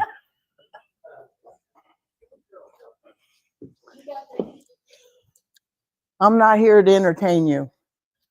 I'm here to remind you how very blessed we are to be free. The one thing that Watchtower could not, no matter how hard they tried, could never take out of what God put in our spirit. Freedom. Freedom. And I will never stop preaching and saying freedom. Okay, I got to talk in the mic. How do I do that? Ay, Dios mío, Now you kill can me. stand where you want, and I'll even Okay. give you a few more minutes. Because we had technical issues. I'm a technical issue. I did not say that. Mhm. We all have a story. We all came from somewhere. We've all been hurt. We've all been traumatized, victimized, lied to, manipulated, stomped on, and I'm doing my best. Anything else?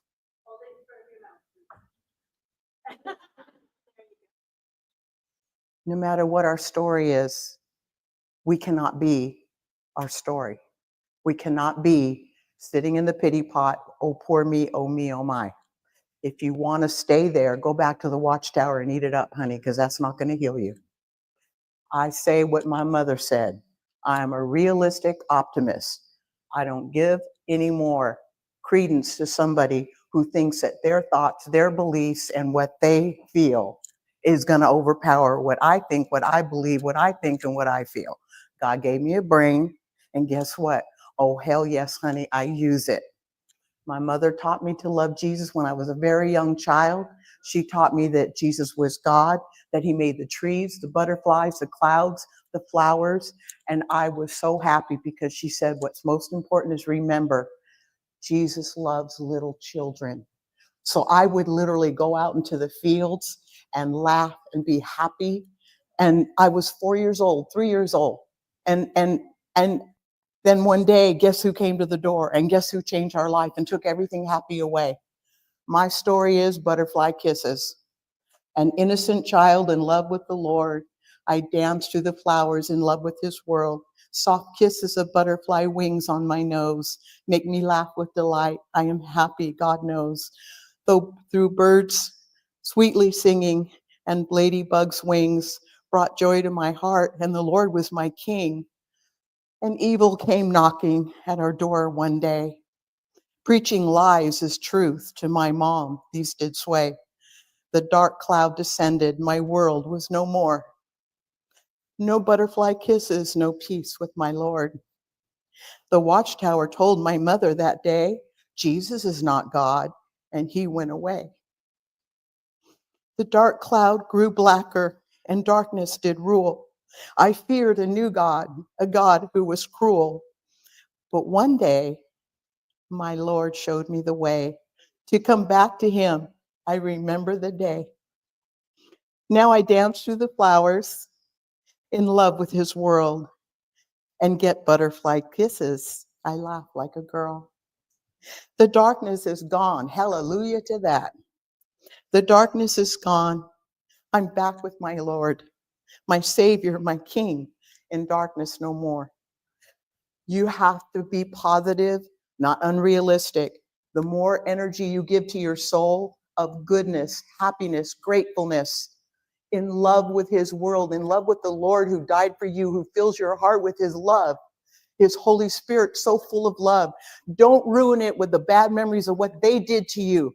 Screw them. It's not about you. It's not about them. It's not about your sad story. It's about what do you choose right now? What do you choose right now? And I choose to smile. And I want to tell you the best advice I can give you that helps me every day is to smile and smile. Though your heart is breaking, smile. Smile anyway. Even if there are clouds in the sky, you know what? Smile anyway. And the next day, you might wake up because it's a new day, honey. It's always going to be brand new because the Lord makes every day brand new. Don't ruin it with the bullshit of yesterday. Smile, and it will help you, and it literally scientifically will help you. Your brain cannot be on two separate courses at the same time. So smile. You have what we have. What do we have? We have freedom, and no one is ever going to take it away, at least not from me again. I will die on my feet fighting for my freedom. I will not live on my knees anymore. I will stand up and I will tell the truth because my Lord is about truth. He put the Spirit in my heart to speak the truth, and with His love and His strength and His truth, I will never shut up. Thank you so much. I said my piece. Amen.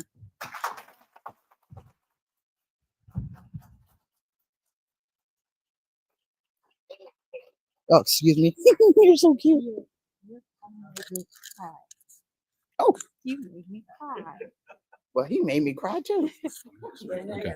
You're gonna clip me again? Yep, I'm gonna clip you again. There Clip, you go. clipped again. Clipped again. Yeah, I don't want my wings clipped. That's happened in the past.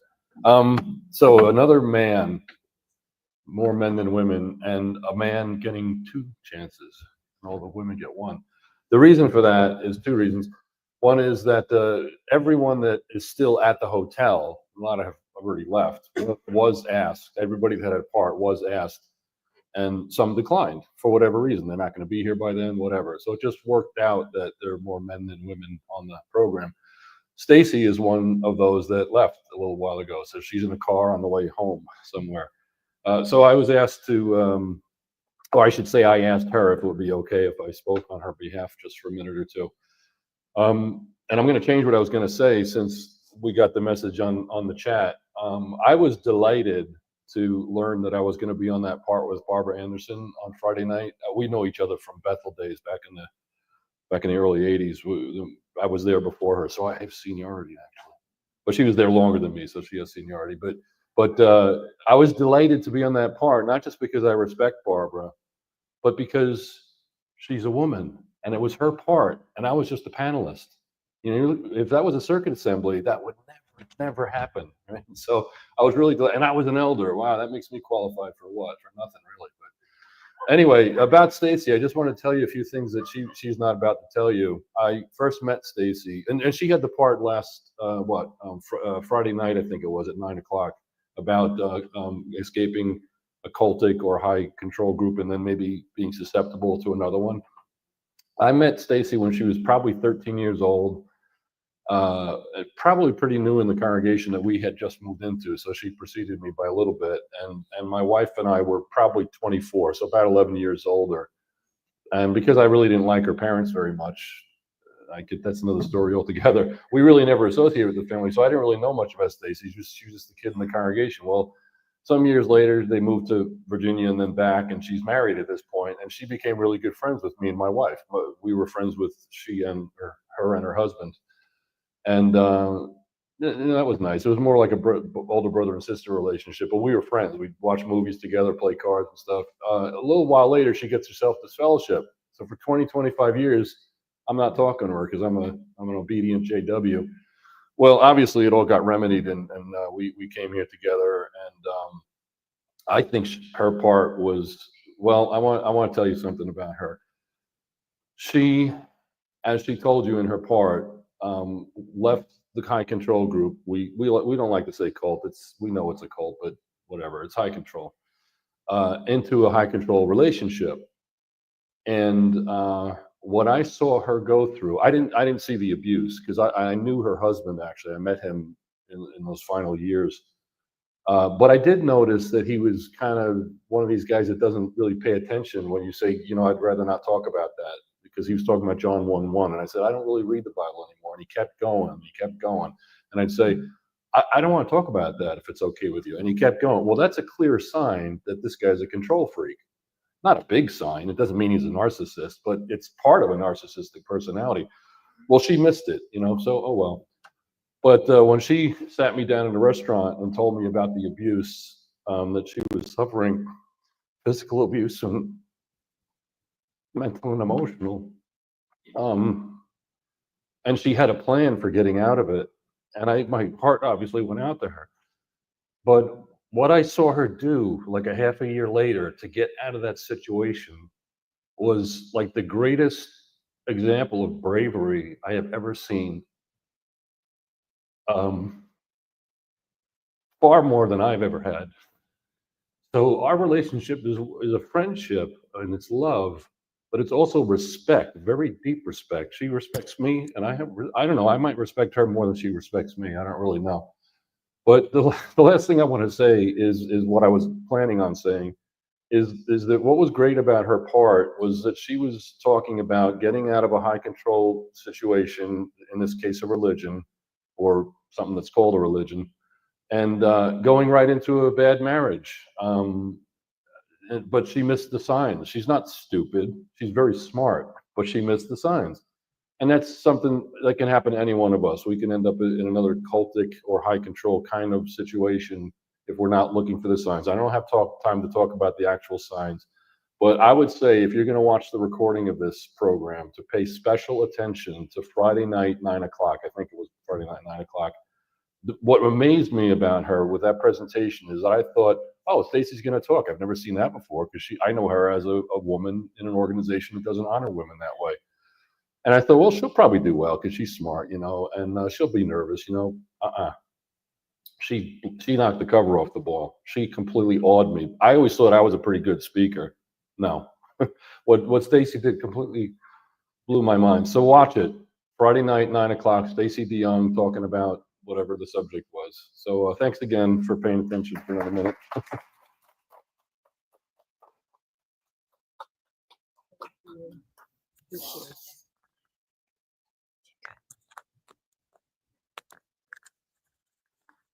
You snuck past me. This is just, I just want to let people know that I want to make a musical interlude, and at 2 o'clock says announcement, and 2:05 we have Scott Walton. So bon appetit. We'll see you then.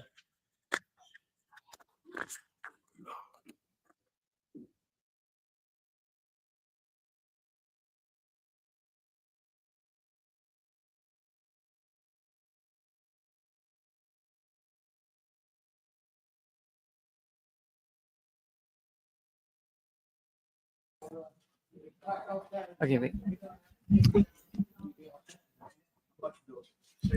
Okay, we're going to be back after lunch, so be sure and join us. I'll be speaking finally. Even though I'm not an ex-JW, I have a show on 6 screens. I have 2 shows on 6 screens. So I'm going to be talking about spiritual abuse. When I did 4 episodes on Knowing God, they were some of the most popular ones. So come on back. We've got other speakers. Who else is coming on after me? We have Igal is coming on. Igal German will be here. He was a JW and he came out. We have Stephen Unthunk. Yeah, I don't know him, but we're we going to have find out. Dean Murphy. Dean Murphy. And So- then we're Well, we don't know what's going to happen then, but we hope you'll join us again for the afternoon session. That will be the last one. And I think the conference has been going really well. So thanks for all your respectful comments. Only one person was so bad they had to be banned, but the rest of you have been fine. I don't have any problem with anyone. Yeah, we really appreciate you being kind and also speaking your mind. That's fine. You are allowed to speak your mind. We don't want to shut anyone down or muzzle them like the Watchtower does, but you can't be disruptive, argumentative. No, we're not going to allow that. Yeah. So thank you for being respectful. Hope to see you again this afternoon. Bye-bye.